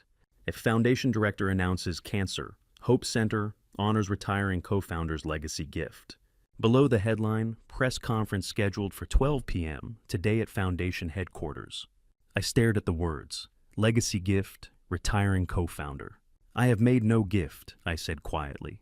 I know, Rowena said, her jaw tight. Which means Lyle is about to publicly claim your assets while you are still alive to watch him do it. Rowena drove us directly from Meadowbrook Care to her law office without discussion. We both knew what came next. The vault door was 3 inches of steel, designed to protect documents from fire, flood, and theft. But nothing could protect what I was about to sign from the weight of its consequences. Rowena's law office occupied the ground floor of the converted brownstone, but beneath it lay something few clients ever saw, a climate-controlled vault built to archive original trust documents for her most sensitive estates. The temperature held steady at 65 degrees, the humidity controlled to preserve paper and ink for decades. She unlocked the vault door with a key that hung on a chain around her neck, a second key required from a wall safe, and a final numerical code entered into a keypad. The door swung open with the pneumatic hiss of airtight seals releasing. Estelle created this addendum in August 2020. Rowena said, walking to a fireproof filing cabinet labeled Townsend Estate, Primary Documents. 2 months before she passed, she told me it was insurance against the scenario we are now living. She pulled a sealed folder from the cabinet, its envelope marked in Estelle's precise handwriting, Anti-Exploitation Protocol, to be activated only upon determination of criminal foundation abuse. The envelope has remained sealed since I filed it with the trust. Rowena continued, her fingers tracing Estelle's writing. Nobody except you, me, and Estelle knew it existed. Estelle had written this clause between the same chemotherapy sessions where she recorded her final warnings, building legal fortresses while her body failed. Rowena broke the seal and removed the document. It was 5 pages of dense legal language, but certain phrases jumped out in bold type: immediate termination of authority, forfeiture of inheritance rights, mandatory restitution, self-executing upon formal declaration. She was very specific about the activation conditions, Rowena said, laying the pages on a steel table bolted to the vault floor. The clause activates the moment you make a formal declaration before the foundation board or major financial benefactors with evidence of exploitation. I read through the first page. The language was surgical, leaving no room for interpretation or appeal. If any trustee, director, or officer of the Estelle Townsend Cancer Care Foundation is proven to have utilized the organization's legal identity, financial assets, or institutional reputation for personal debt liquidation, private commercial gain, or family wealth accumulation, said party's executive authority terminates immediately upon formal declaration by the surviving co-founder before the foundation's governing board or assembled major benefactors. Lyle's authority as foundation director terminates instantly, Rowena explained. No vote required, no appeals process, no grace period. The proof is presented, the declaration is made, and he's removed. And the inheritance, I asked, though I already knew. His inheritance from your estate and Estelle's trust is forfeited automatically. The foundation itself is protected from his debts or any claims he might make. Estelle designed this to ensure that if the exploitation was proven, the exploiter could never benefit from the family assets that enabled the charity in the first place. What does it mean to sign a document that will destroy your son using the pen his mother once used to build his inheritance? The clause is self-executing. Rowena continued, turning to page 3 where the mechanics were detailed. Once you make the public declaration with supporting evidence, the legal framework activates automatically. No court hearing, no prolonged litigation. Pennsylvania trust law allows for self-executing provisions when the triggering conditions are objectively verifiable. And the evidence threshold? Thornton's forensic audit meets it. The shell company payments, the fabricated donations, the patient grant, denials, any one of those proves exploitation. All three together is overwhelming. Rowena pulled a separate document from the folder, activation agreement. This is the point of no return, Russell, she said, placing it before me. Once you sign, the mechanism is live. Even if you walk away from the Gala, this clause remains active in the trust. It cannot be withdrawn, amended, or voided. Estelle designed it that way specifically to prevent you from backing down under pressure. I looked at the activation agreement. It required my signature, the date, and a witness signature from Rowena. If you make that declaration in front of Harlan Riddle and the major donors with Thornton's evidence, Rowena said quietly, Lyle loses everything that same moment. His position, his authority, his inheritance. The foundation he tried to steal becomes permanently beyond his reach. But he keeps his freedom, I said. This doesn't trigger criminal prosecution. No, that's separate. The addendum protects the foundation and terminates his control. What you do about criminal charges is a different decision. I reached into my jacket pocket and pulled out Estelle's vintage fountain pen, the one she'd used to sign the foundation's original charter 8 years ago. The pen that had created the organization Lyle was now destroying. Your wife built this weapon 3 years ago, knowing you might need it, Rowena said. Now you have to decide whether to fire it. I uncapped the pen. The nib was still good, the ink cartridge I'd replaced last year still full.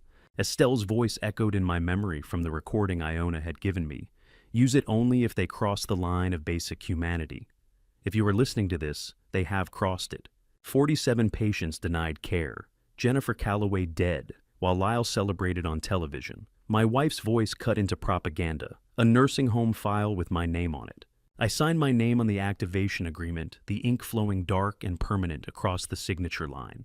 Rowena witnessed below my signature, adding the date and her notary seal. Once you sign, the mechanism is live, she had said. It was live now. I capped Estelle's fountain pen and set it beside the signed activation papers, my signature still wet on documents that would erase our son from the foundation his mother had built for dying strangers.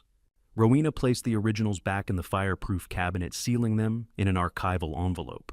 The vault door closed with a pneumatic hiss that sounded like a casket sealing. The trap was armed. 4 days until the Gala, and Lyle had no idea that every lie he told from this moment forward was loading the gun I would fire in front of everyone who mattered. The trap was armed. Now I had to watch my son load it. My son stood before a wall of cameras and foundation banners, preparing to announce my generosity with assets I had never agreed to donate.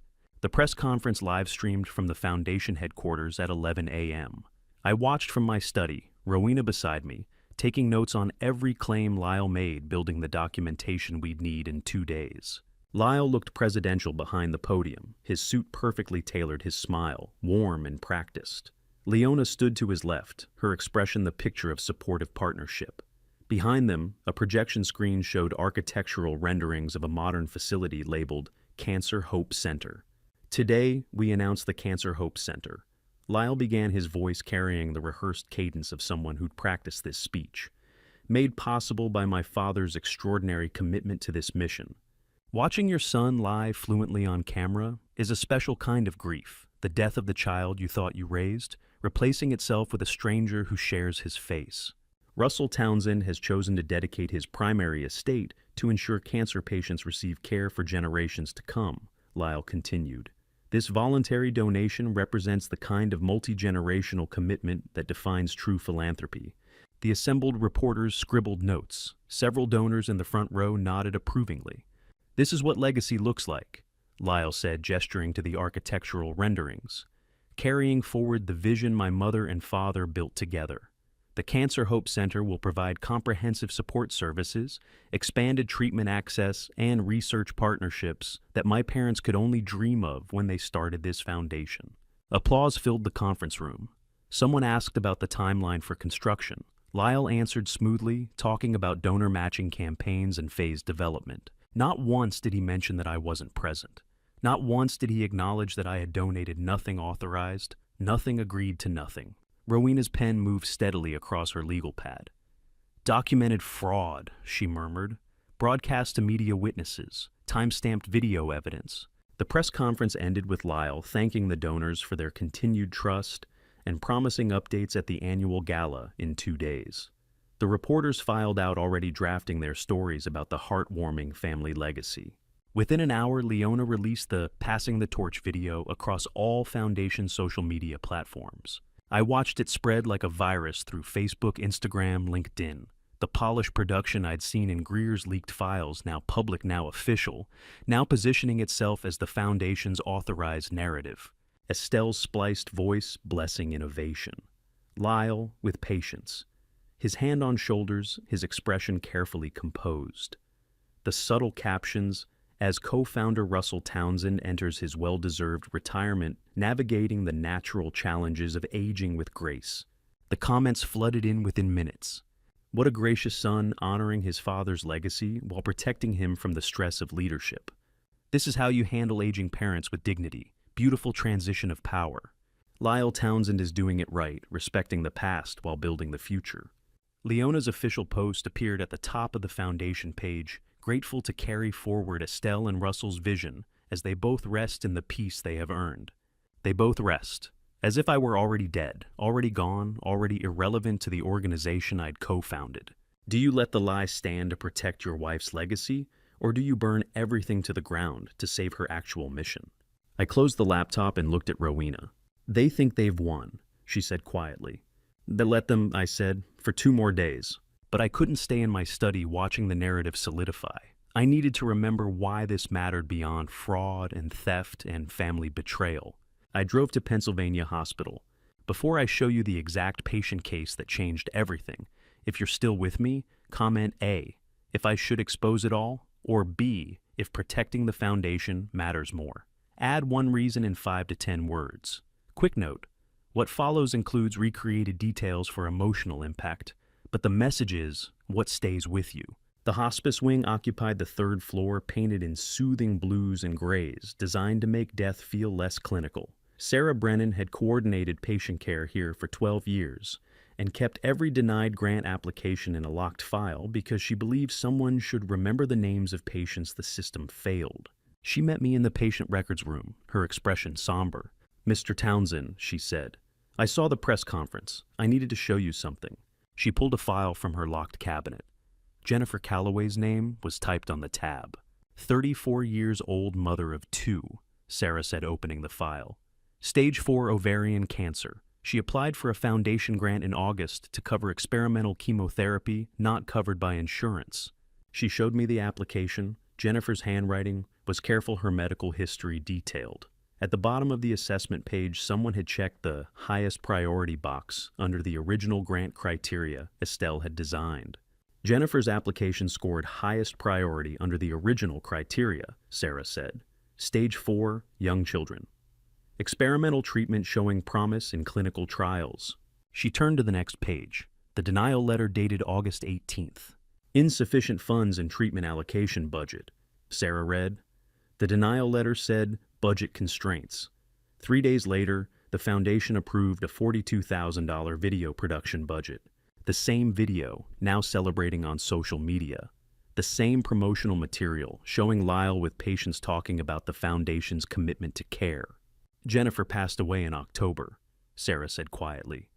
3 weeks before that video was released, celebrating record fundraising, she pulled out a photograph, edges worn from being handled. 2 young girls, maybe 7 and 9, holding a handmade sign, "Thank you for trying." Her husband asked me to thank whoever approved the application attempt. Sarah said, her voice breaking slightly. He still thinks someone tried to help. He doesn't know the application was denied, so the foundation could pay for publicity. I took the photograph, my hands shaking. Jennifer Calloway, 2 children who would grow up without their mother. A grant denied, not because there wasn't money, but because Lyle needed better branding. "Are you all right?" Sarah asked. "Do you need to sit down?" I stood in the hospice hallway, holding Jennifer Calloway's photo, her children's faces looking up at me with gratitude for help that never came because my son needed better publicity. "I am not going to save my name, Sarah," I said, hearing the truth crystallize as I spoke it. "I am not even saving my wife's foundation. I am saving the patients my son is treating like budget line items." The gala was 2 days away, and Lyle had just given me the final reason I needed to destroy him without mercy. 2 days became, 1 day became hours. The moral certainty I'd found in the hospice hallway now required translation into tactical precision. Planning your son's public destruction requires the same clinical precision I once used to balance hospital budgets, except spreadsheets never asked me if I was certain. At 8 p.m., exactly 24 hours before the gala doors would open, I initiated the encrypted video conference. 4 windows appeared, Rowena in her law office, Thornton in his workspace, and Harlan Riddle 60, who had built a pharmaceutical empire worth $800 million by trusting engineering precision over charismatic promises, which was exactly why the Foundation's vague expense reports had been triggering his fraud detectors for 6 months. "The final coordination," Rowena said. "Everyone confirms materials and positioning." Thornton went first. "The forensic presentation is loaded on 3 backup drives. Shell company transactions, patient denials, circular cash flows, all time-stamped and verified. I can project to any screen in the ballroom within 30 seconds. Legal documents," Rowena said, holding up a sealed folder. "I have the anti-exploitation addendum, the activation papers Russell signed, and the instant termination documents ready for legal execution. We were building a mousetrap out of legal documents and forensic spreadsheets, except the mouse was my son, and the cheese was his own greed." "And I control the donor recognition segment," Harlan said. "I can pivot to unscripted questions whenever you signal." "Let's walk through the sequence," Rowena said. "Lyle's keynote is scheduled for 7:30 p.m. He'll claim Russell's estate donation, celebrate the foundation's growth." "I let him finish," Harlan said. "Let him commit fully to the narrative. Then I take the microphone for what appears to be a spontaneous question." "Question 1, Thornton prompted. "I ask for verification of the real estate title transfer. Specific property address transfer, date recording office. Lyle will say it's being processed through Russell's attorney. That's lie number 1 on camera in front of 300 donors." Question 2, I ask for confirmation of cash reserves cited in the press release. Lyle will reference the numbers Leona announced. Thornton, you can prove those are inflated sea stars. Immediately, Thornton confirmed. I have real bank statements and the fabricated donation log side by side. The difference is 214 fake transactions. Question 3 is the entrance cue, Harlan said. I ask for the specific dollar amount of Russell's estate donation. When Lyle commits to a number on camera, Russell, that's when you walk in. How many times do you rehearse the exact moment you will walk into a room and end your relationship with your only child? I enter from the main doors, I said. Everyone sees me. Everyone realizes Lyle has been claiming my assets while I'm still alive to contradict him. Then I take the microphone, Rowena said.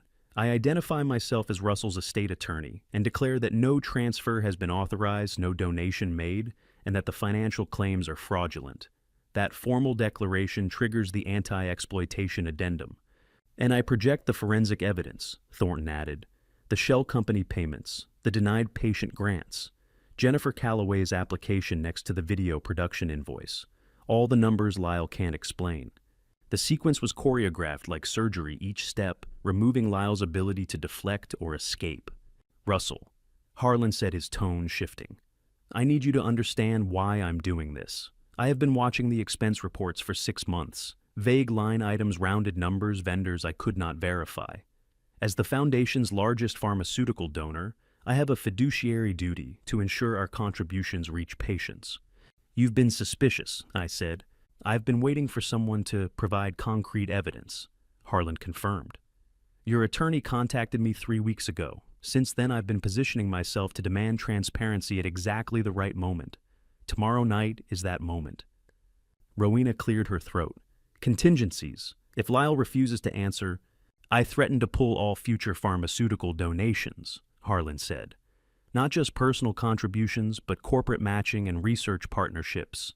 Roughly $2.3 million annually. Lyle will have to respond or watch his funding collapse in real time. If Leona intervenes, Thornton asked, security has been instructed to allow Russell and his team full access as donor representatives, Rowena said. Harlan's positioning provides legal cover. We're not protesters, we're stakeholders demanding financial transparency. Rowena looked directly into her camera, her expression grave. Russell, I need to say this one final time. If you walk into that ballroom and trigger this trap, you are choosing Estelle's mission over your relationship with Lyle. That choice is permanent. There will be no private apology, no quiet reconciliation, no family therapy that puts this back together. I understand. Once you walk down that aisle in front of 300 donors and media cameras, the public humiliation becomes irreversible. Your son will never forgive you. Your granddaughter will witness her father's destruction. The Foundation will survive, the patients will be protected, but your family will be shattered. She paused. Once you walk down that aisle, there is no turning back from what you are about to do to your son. The silence lasted 5 seconds. I know, I said quietly. Jennifer Calloway's children lost their mother because my son needed a promotional video. 47 patients were denied care, so Leona could bill the Foundation for services never rendered. I'm not turning back. Rowena nodded slowly. Then we proceed. The video conference ended at 9:47 p.m., with synchronized confirmations, each team member signing off with clinical acknowledgement of their role.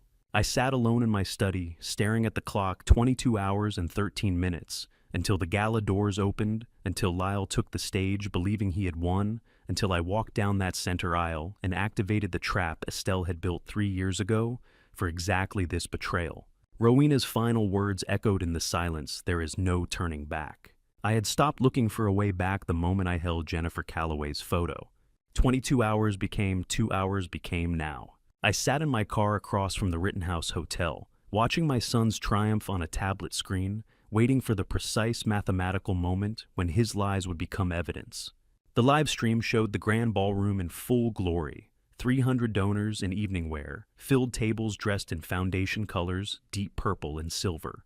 Estelle's choices from 8 years ago. Crystal chandeliers caught the light from massive LED screens positioned on either side of the stage. Local media cameras lined the back wall, ready to broadcast what they thought would be a heartwarming story of family philanthropy. Leona took the stage first, her gown designer, perfect her smile calibrated between warmth and authority. Tonight we honor the vision of Estelle and Russell Townsend. She began, her voice carrying that practiced sincerity she'd perfected, while celebrating the next chapter of hope they made possible. Applause rippled through the ballroom. I watched through the tablet screen from 50 yards away, parked where I could see both the hotel entrance and the live stream simultaneously. The Estelle Townsend Cancer Care Foundation has always been about one thing, Leona continued. Transforming lives through innovation and compassion. The LED screens lit up with the Passing the Torch video. The polished production I'd watched Greer leak now, official now, public now, weaponized.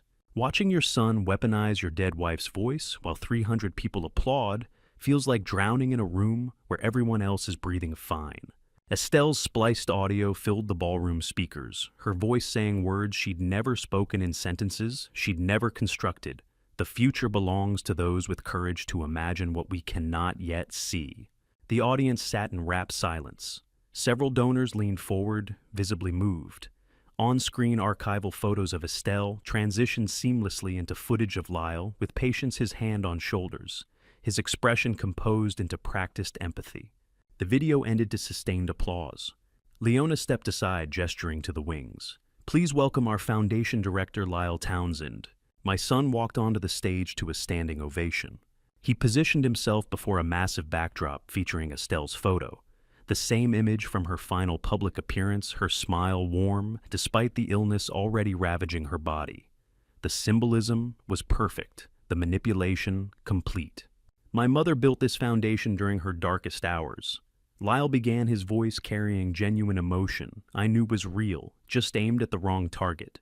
Turning her suffering into salvation for others, that is the legacy I carry. He paused, letting the weight of that statement settle over the room. My father dedicated 40 years to this mission. He continued, and I heard the subtle shift in his tone, reverence mixed with gentle concern. He deserves the peace and quiet he has earned, knowing his work continues in capable hands. The audience nodded, sympathetic murmurs rippled through the tables. Lyle was painting me as the beloved elder statesman gracefully stepping aside, too tired to continue, too fragile to question. Lyle was conducting a symphony of deception, every note perfectly timed, every crescendo calibrated to extract maximum emotion from an audience that had no idea they were watching fraud set to music. I made my mother a promise in her final days. Lyle said, his voice breaking just enough to sound authentic. Tonight I fulfill that promise by ensuring her foundation reaches heights she never dreamed possible. He gestured to the LED screens. Architectural renderings appeared: sleek buildings, modern treatment rooms, patient housing with floor-to-ceiling windows overlooking gardens. Tonight I announced the Cancer Hope Center. Lyle said, his voice rising with practiced passion. A $15 million expansion that will transform how we serve patients in crisis. The renderings cycled through treatment facilities equipped with cutting-edge technology, research labs, family counseling spaces, a meditation garden labeled Estelle's Garden of Hope. In this vision, Lyle continued building to his climax, is anchored by my father's extraordinary commitment. I felt my hands tighten on the steering wheel. The voluntary dedication of his primary estate, valued at $1.8 million, to ensure this work continues for generations. The ballroom erupted. Donors rose to their feet, applause thundering through the speakers. Camera flashes lit the room like lightning. "This is legacy," Lyle shouted over the applause, his arms spread wide. "This is what it means to serve something greater than ourselves. Thank you, Dad, for showing us the way." The ovation swelled. I watched donors wiping tears, board members embracing media cameras, capturing every second of what they thought was philanthropic greatness. Lyle stood center stage, bathed in spotlight, accepting congratulations from Leona, who joined him, both of them smiling at the crowd like royalty receiving tribute. He had just publicly claimed $1.8 million of my assets, on camera, before 300 witnesses, with specific dollar amounts that could be verified, contested, and used as evidence of fraud. In the front row, Harlan Riddle sat motionless, his expression unreadable, waiting. The ovation continued. 30 seconds, 40 seconds. 47 seconds of sustained applause for a lie so perfectly told that no one in that room suspected they were celebrating theft. My phone buzzed.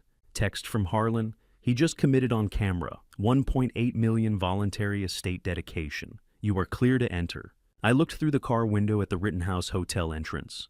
Security guards checking credentials at the door. Red carpet leading from the street to the lobby.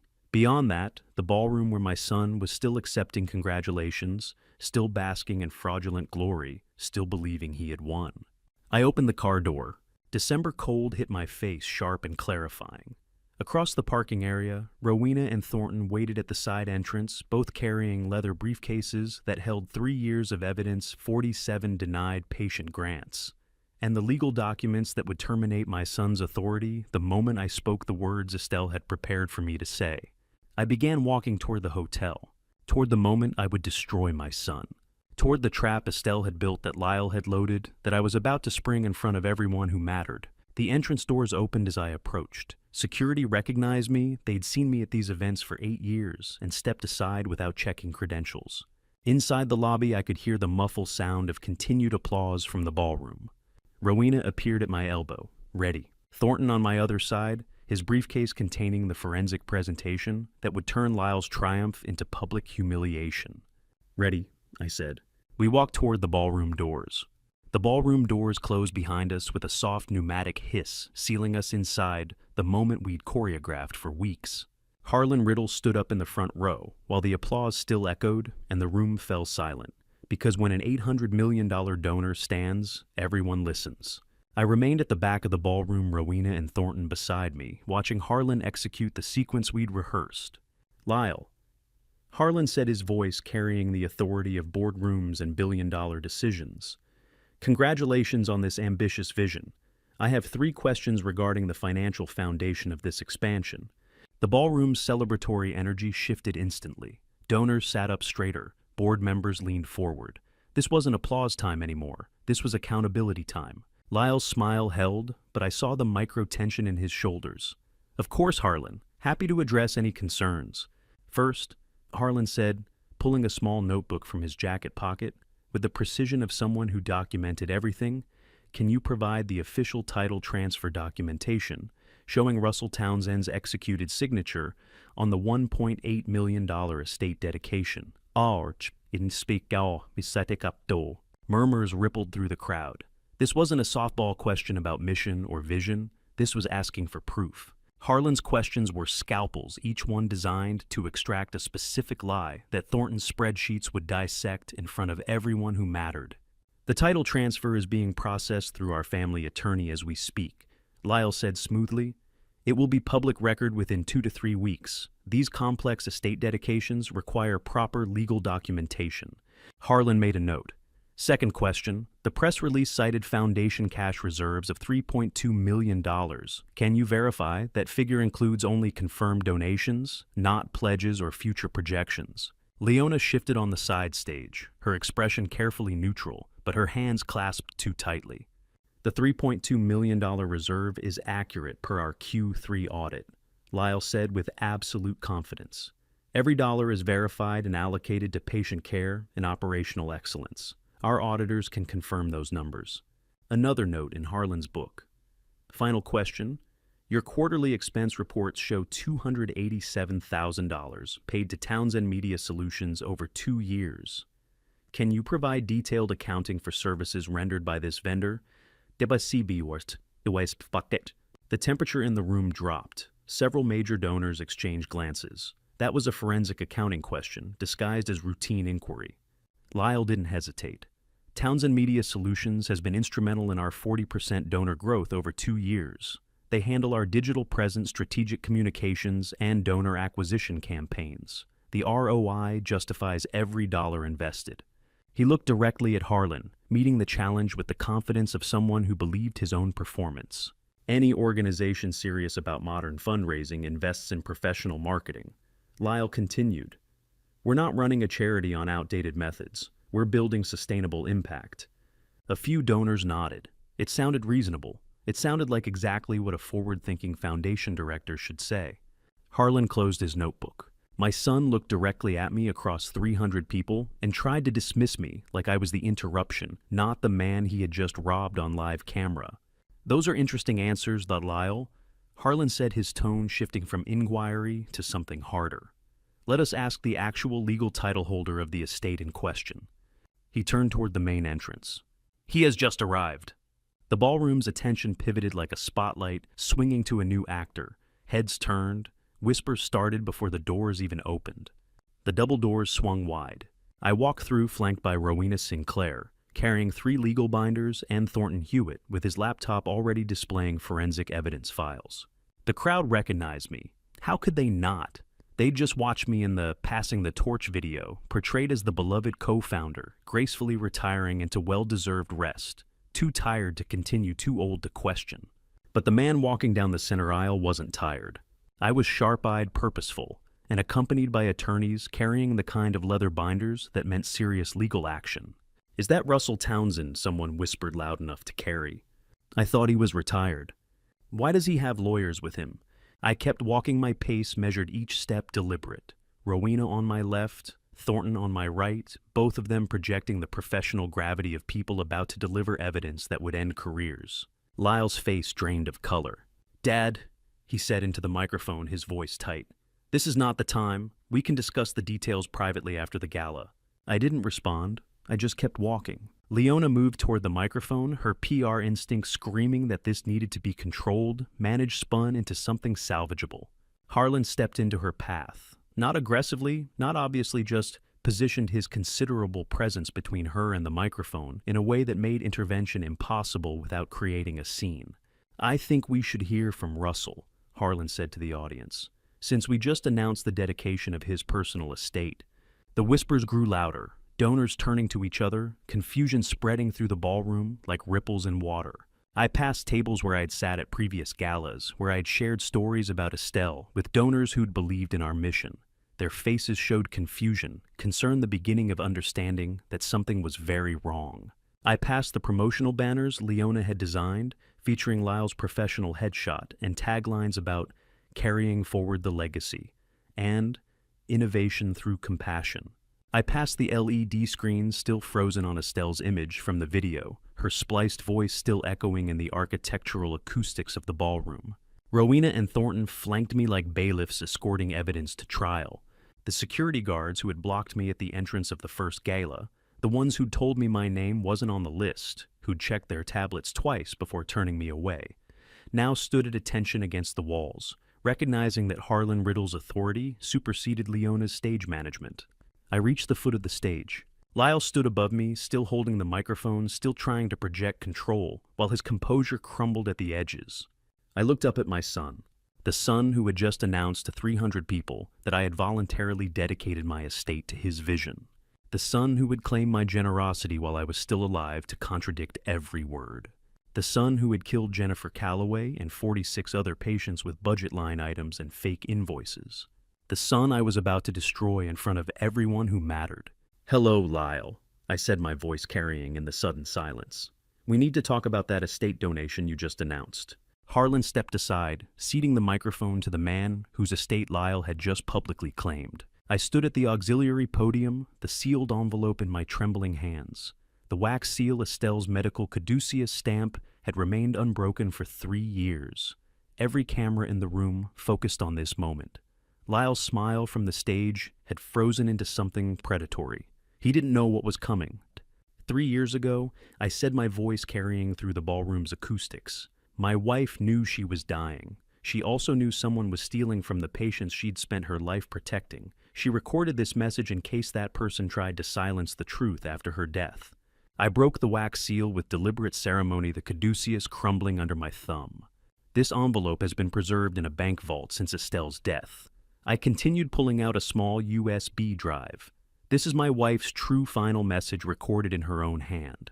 "Dad," Lyle said into his microphone, his tone shifting to forced calm. "Maybe we should discuss this privately." "No, son," I said, looking directly at him. "Your mother wanted everyone to hear this." Whispers rippled through the crowd. "Is this really happening?" someone breathed. Rowena moved to the ballroom's professional audio system, accepting the USB drive from my hand. Her fingers worked the controls with practiced precision, connecting the drive to the main speakers. The crackle of the audio system as Estelle's voice began was a sound I hadn't heard in 3 years. I noticed the temperature of my own tears on my cheeks, the specific timbre of her voice on the word Russell, the way her recording pronounced my name with the affection of 40 years together. "My name is Dr. Estelle Townsend." Her voice filled the ballroom, clear and unmistakably genuine, nothing like the stilted spliced version from the Passing the Torch video. "If you're hearing this, I've passed away, and the person who betrayed my life's work is still lying about what they've done." The crowd went absolutely still. You could hear the chandelier's crystals shifting in the HVAC current. I discovered the theft 6 months before my diagnosis. Estelle continued, her voice steady, despite the emotion beneath it. "I wanted to believe it was a mistake. It wasn't. Someone has been stealing from the most vulnerable patients for their own enrichment." Lyle's face drained of color. $287,000, Estelle said, and I heard her voice break. "Stolen over 3 years from end-of-life care funds. Money meant for hospice services, pain management, family counseling. diverted to personal accounts through fake invoices and shell companies. Gasps erupted from the donor tables. Journalists along the back wall fumbled for recording devices. "Are we getting this?" a reporter whispered frantically. Every word. Mid-recording, my mind flashed to the day Estelle made this. She sat in our home office too weak to stand, but determined to protect her patients even after death. I remembered holding her hand as she spoke into the microphone, both of them crying. The memory grounded me in the present moment. "I'm dying," Estelle said on the recording, her voice wavering. "But these patients deserve protection. If you're hearing this after my death, it means the theft continued. It means someone chose personal profit over human dignity." Leona leaned toward Lyle on stage, her whisper harsh enough to carry. "What is she talking about?" "Russell has the forensic evidence," Estelle concluded. "Trust him. Protect the foundation I built. Don't let my death become permission for theft." The recording ended with the soft click of Estelle shutting off the device, but you could hear her labored breathing for 3 seconds after the sound of a woman fighting cancer, while fighting to protect something bigger than herself. The ballroom fell into horrified silence. Then Lyle grabbed his microphone, his polished demeanor cracking like ice under pressure. "This is a complete fabrication," he shouted, his voice rising with each word. "My father is senile. He's been losing his mind for years." Board members on stage physically recoiled from the outburst. "This is elder abuse," Lyle continued, pointing at me with a shaking hand. "He spliced that recording together. He's trying to destroy me because I wouldn't let him waste Mother's legacy." "And Lyle, please calm down," a board member tried to intervene. "Calm down." Lyle's voice reached a pitch I'd never heard. "Calm down. You're all fools if you believe this senile old man over me." Leona tried to pull Lyle back from the microphone, but he shoved her hand away with enough force that she stumbled. The crowd's shock transformed into disgust. This wasn't a grieving son protecting his father's dignity. This was a desperate man revealing exactly who he'd been hiding beneath the polished exterior. "He's manipulated this entire event," Lyle shouted. "The lawyers, the recording, the accusations. It's all a fabrication from a confused old man who can't accept that I've made this foundation successful." Security guards began moving toward the stage, uncertain whether to intervene, but recognizing that the situation was deteriorating rapidly. "You're watching my father have a mental breakdown." Lyle continued, his face flushed with rage. "He's been declining for months. This is what dementia looks like when family members refuse to accept reality." Rowena stepped closer to me, her voice quiet but clear. His mask just shattered on national television. I watched my son destroy himself with every word. The polished foundation director was gone, replaced by a vicious, entitled man, shouting accusations at his father in front of 300 witnesses and media cameras, capturing every second. Journalists were recording everything. Donors were pulling out their phones. Board members were backing away from Lyle like he was radioactive. This was the real Lyle. This was who he'd been hiding beneath the rehearsed speeches and designer suits and carefully managed PR campaigns. And everyone could see it now.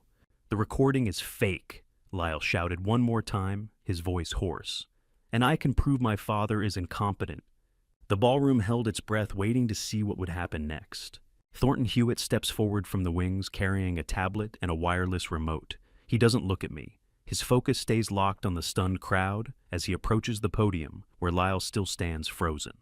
"Ladies and gentlemen, my name is Thornton Hewitt, certified forensic accountant." His voice carries the flat authority of someone presenting evidence in court.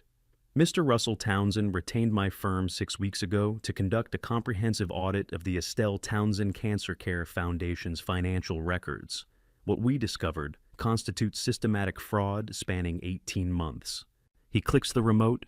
The LED screens flanking the stage, the same screens that displayed Lyle's promotional videos all evening, flicker and change.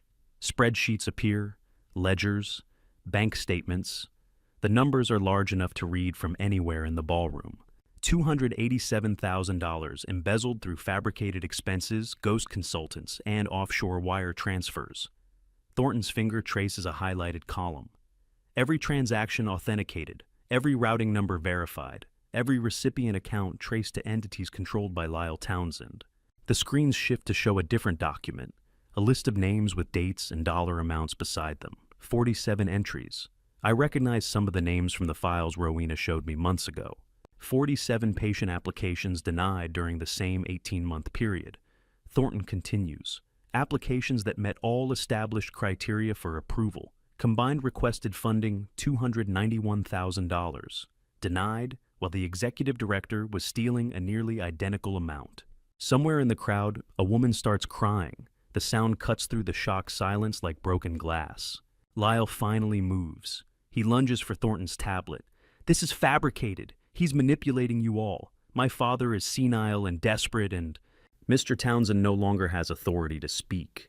Harlan Riddle's voice booms from the front row as he stands. The board chairman's face could be carved from granite. As the foundation's largest donor and acting stakeholder representative, I am formally calling for the immediate suspension of Lyle Townsend's executive authority pending board review. The anti-exploitation addendum filed with this foundation's trust has been triggered. Rowena Sinclair, as trustee's attorney, will confirm the legal execution. His access to all foundation accounts is revoked. His authority over patient care decisions is nullified. The words land like a gavel strike, final, irrevocable. But I'm watching something else that stops my breath. Leona has gone completely still at her table near the stage. Her champagne glass sits forgotten in her hand, the liquid trembling with tiny ripples. She's staring at the screens with an expression I've never seen on her face before. Not anger or defiance, but pure calculation. She's already planning her exit strategy, measuring the distance to the door, deciding which relationships to salvage and which to abandon. My daughter-in-law is a survivor above all else, and she's just realized the ship is sinking. There must be some mistake. Lyle's voice has gone thin, desperate. I can explain the transactions, standard operating procedures, approved expenses. You're misinterpreting. Perhaps this will clarify. A new voice cuts through his protests. Zachariah Whitfield steps onto the stage, impeccable in his charcoal suit, carrying a leather portfolio. The senior banker's presence carries the weight of financial consequence. Mr. Lyle Townsend, on behalf of Philadelphia Trust and acting under the emergency financial fraud protocols filed this morning, all accounts linked to the Estelle Townsend estate are hereby flagged and frozen pending court-ordered recovery proceedings. This includes the Bryn Mawr residence, the Mercedes S-Class, the Vail timeshare, and all investment accounts traced to estate distributions.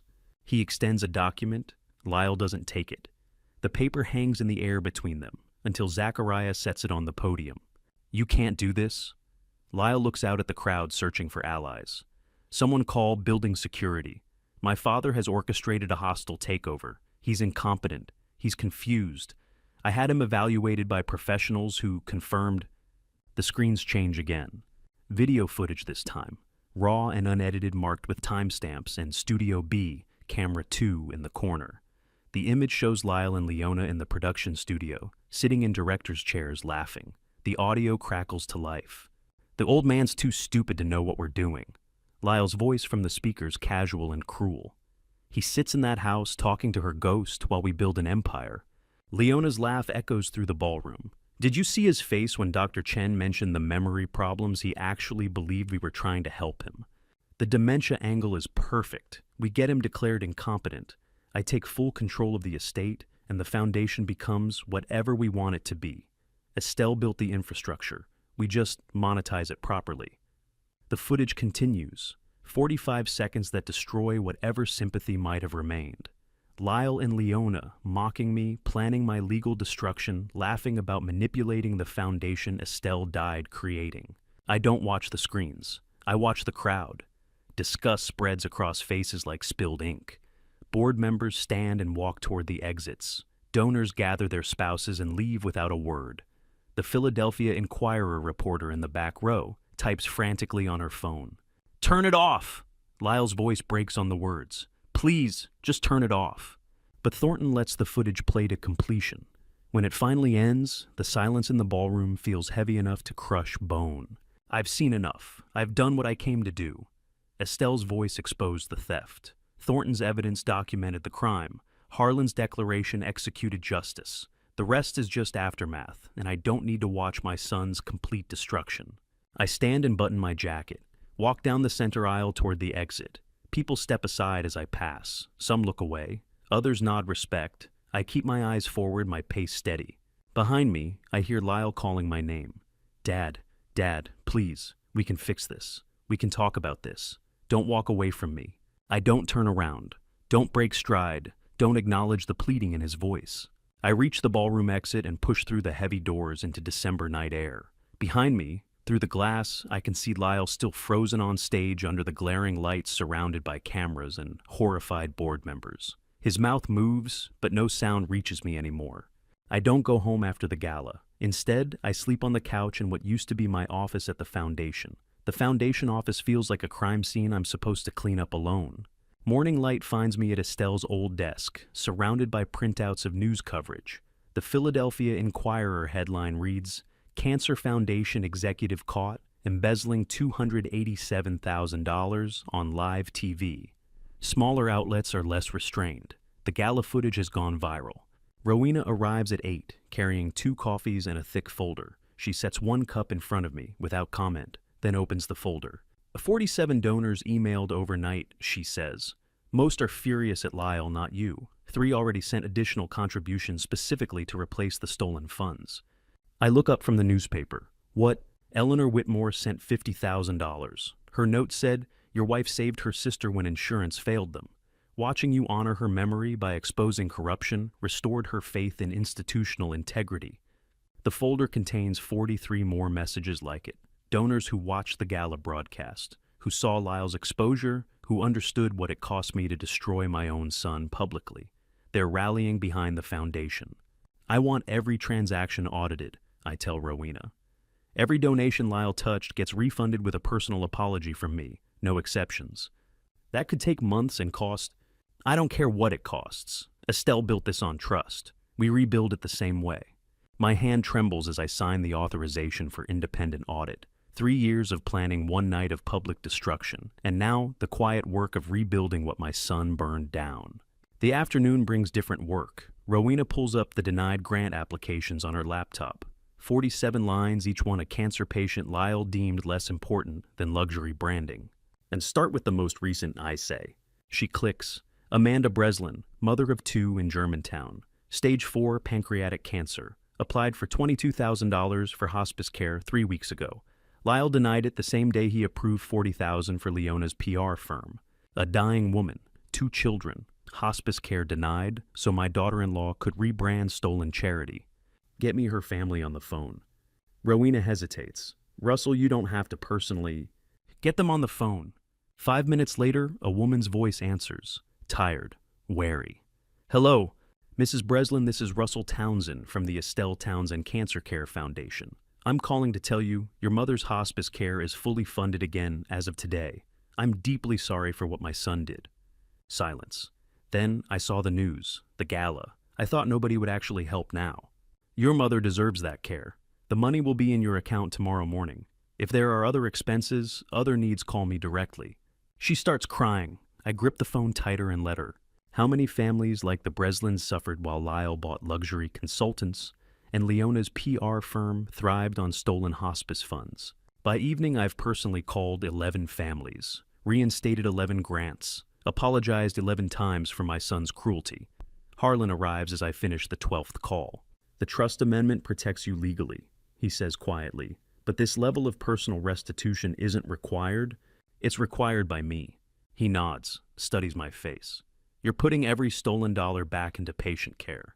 Every dollar, every patient, no matter how long it takes. Rowena looks up from her laptop, her eyes bright. Estelle would be proud. The courier arrives at 6:15, just as we are preparing to leave. Professional delivery service requiring signature. Rowena signs for it and tears open the envelope. Her face goes carefully blank as she reads. What is it, I ask. She hands me the papers.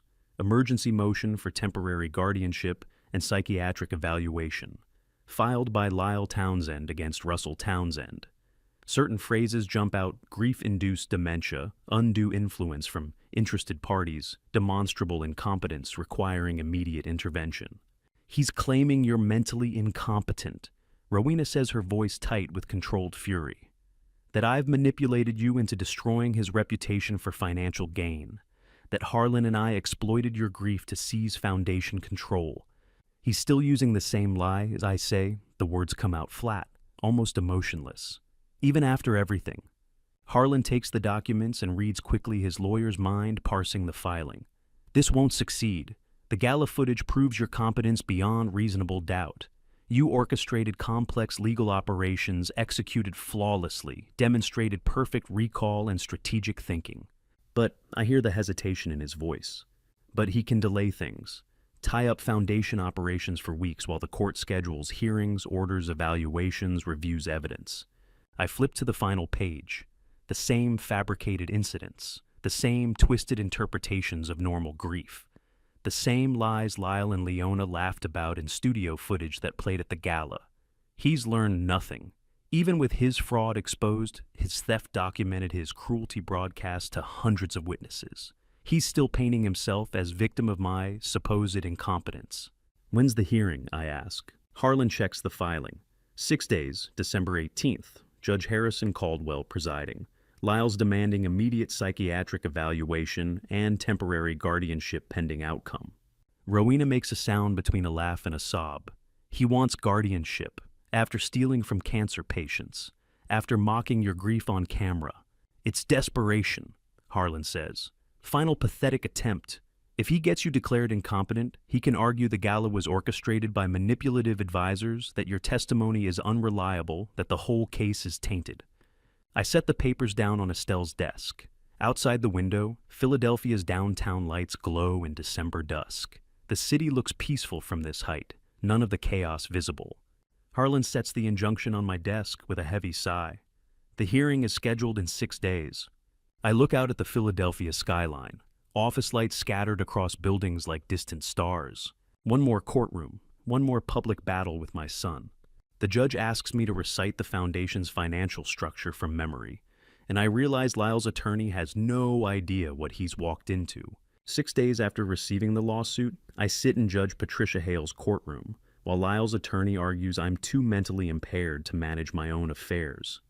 Judge Hale, a sharp-eyed woman in her late 50s with 20 years on the bench, listens with obvious skepticism. "Mr. Townsend," she says, turning to me directly, "can you explain the foundation's asset structure and how you discovered the embezzlement?" I meet her eyes.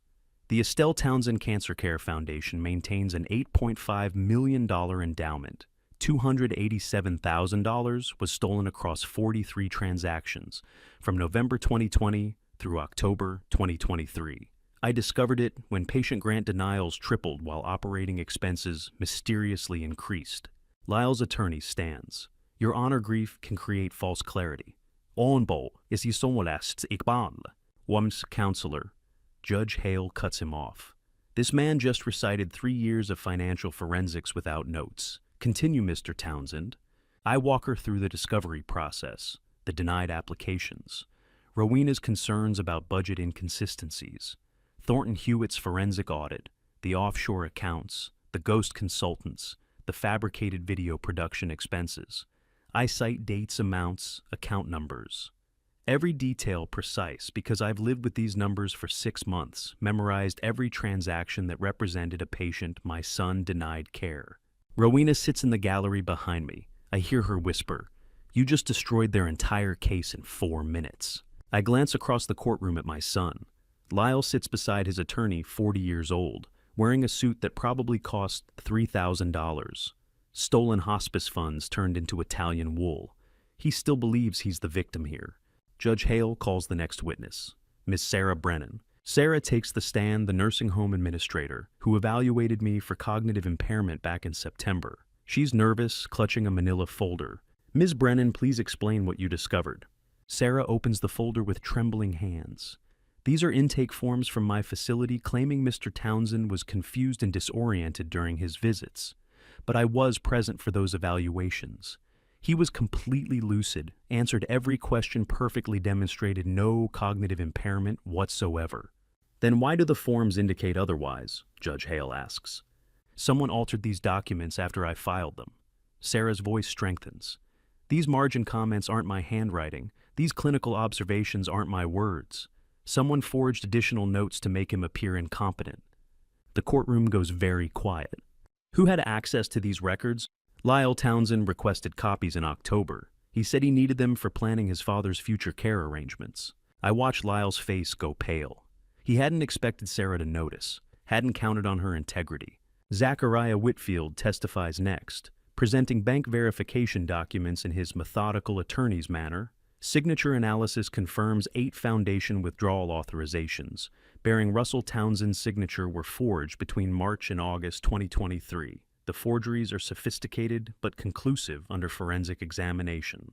8 forged signatures, falsified nursing home records. How long had Lyle been building this framework of fraud, waiting for the perfect moment to declare me incompetent and seize everything? Judge Hale sets down the documents with deliberate precision. Her expression has moved beyond skepticism into something colder.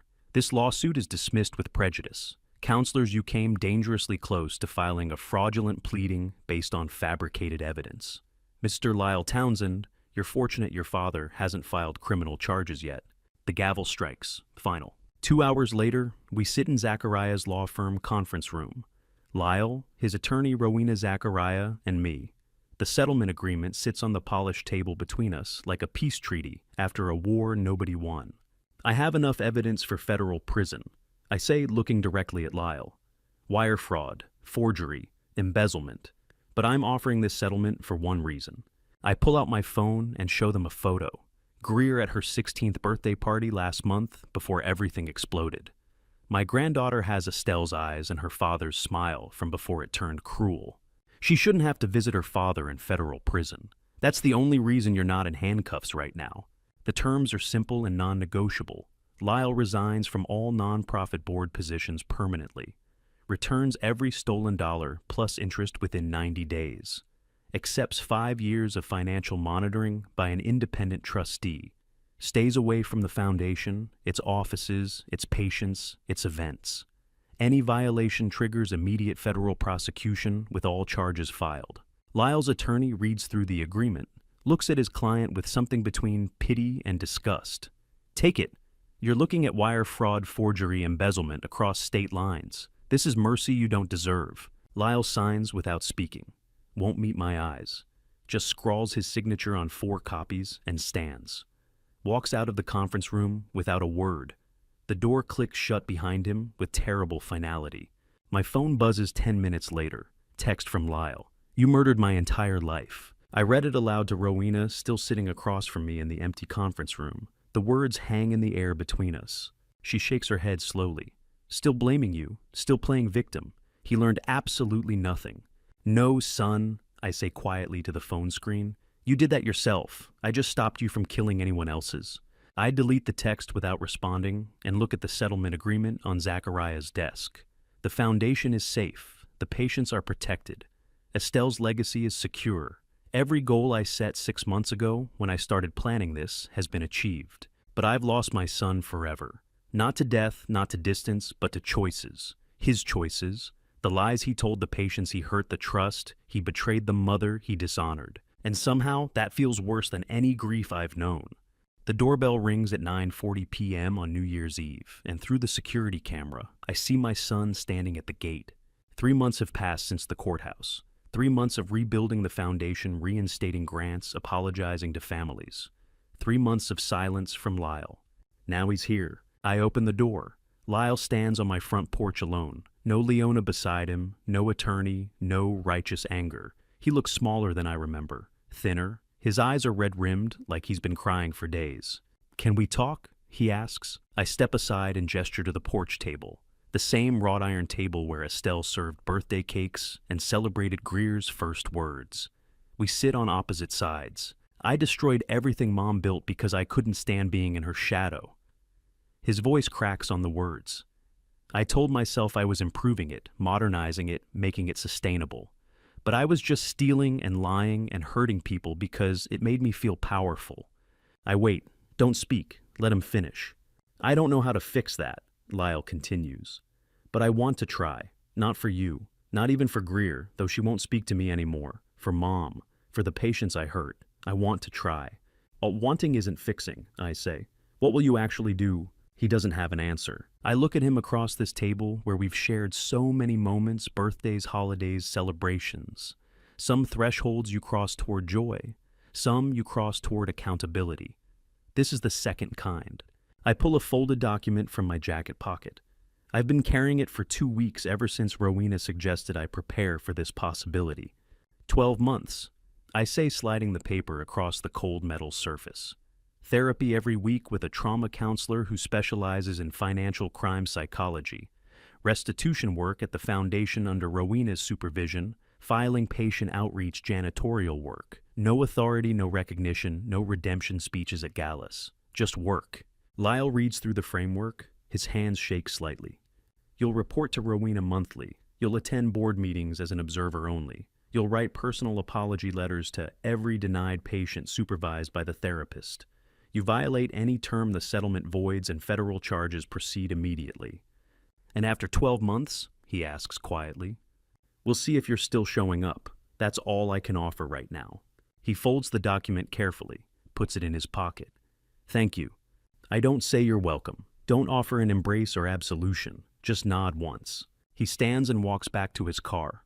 I watch him drive away into the December night taillights disappearing around the corner. Inside my study, I sit at Estelle's old desk and pull out the updated patient grant list. 43 families, every single denied application, reviewed and reinstated. I sign each approval, personally black ink, on white paper. Amanda Breslin's mother receives full hospice care, funded retroactive reimbursement, processed family debt cleared. I sign her granted approval and think of all the families who will never know how close they came to losing care while my son bought luxury branding consultants. The foundation survived, more than survived, transformed. Transparent financial reporting published monthly. Independent auditors review every transaction. Dual signatures required on all major disbursements. The board meetings I once avoided are now rigorously structured oversight sessions. Estelle would approve of the changes. She'd hate why they were necessary, but she'd recognize that broken systems can become stronger when rebuilt correctly. Maybe people work the same way. On my desk sits a drawing Greer gave me last week. A bright red heart in colored pencil, the word hope written across it in her teenage handwriting. She visits every Sunday, now helps me sort patient applications, asks questions about her grandmother's work. She doesn't know if she'll ever forgive her father, but she's trying to hope anyway. At 11:30, I open my laptop and pull up the unedited home videos I collected 6 months ago. I find the one I've been avoiding Estelle in our garden 3 years before she got sick, talking about the foundation's mission. I press play. She's wearing her gardening clothes, dirt on her hands, laughing at something I said off camera. The sound of her voice still hits me like a physical blow. The work isn't about recognition. Russell, she says, looking directly into the camera. It's about showing up when people need you most, even when it costs you everything. That's the only measure that matters. I let the video play through, watch her prune roses and talk about patient care philosophy, and wave at a neighbor passing by. Ordinary moments I didn't know to treasure when I had them. It cost everything, my love, I say to her image on the screen. But the patients are safe. Your legacy is safe. I kept my promise. The video ends. I close the laptop. From my desk drawer, I pull out the original evidence binder. 3 years of financial records, forensic reports, forged signatures, denied applications. The entire case documented in meticulous detail. I don't need it anymore. Copies are with Zachariah, with the auditors, with the foundation's legal files. But I'm keeping this one. Physical record of what happened preserved. I place Greer's hope drawing on top of the binder and carry both to the safe in the corner of my study. The same safe where I stored Estelle's original recording 6 months ago, planning the exposure. Outside my window, I hear distant fireworks. Someone's starting their celebration early. I set the binder and drawing inside the safe. Lock the door. The mechanism clicks shut with mechanical finality. This wasn't about revenge. I realize that now, standing here as midnight approaches. It was about repair. Estelle's mission damaged, then restored. Trust broken, then rebuilt. A family destroyed by choices now facing the long work of healing, not through erasure or easy forgiveness, but through deliberate daily action. A new year cannot wipe away the old, but it can finally begin repair. 1 month at a time, one grant at a time, one choice at a time. Through the study window, I watch the clock tower downtown. 11:59. The seconds tick toward midnight.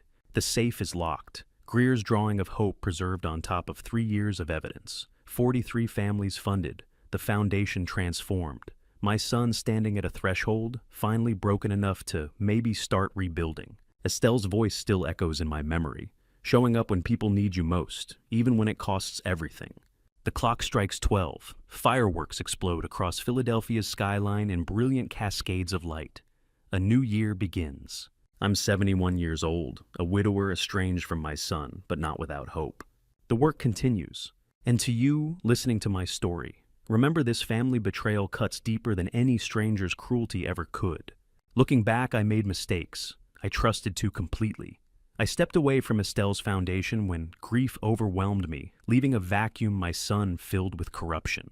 I ignored the early warning signs because I wanted to believe Lyle had grown into the man his mother hoped he'd become. Don't make my mistake trust yes, but verify, especially when vulnerable people's lives hang in the balance.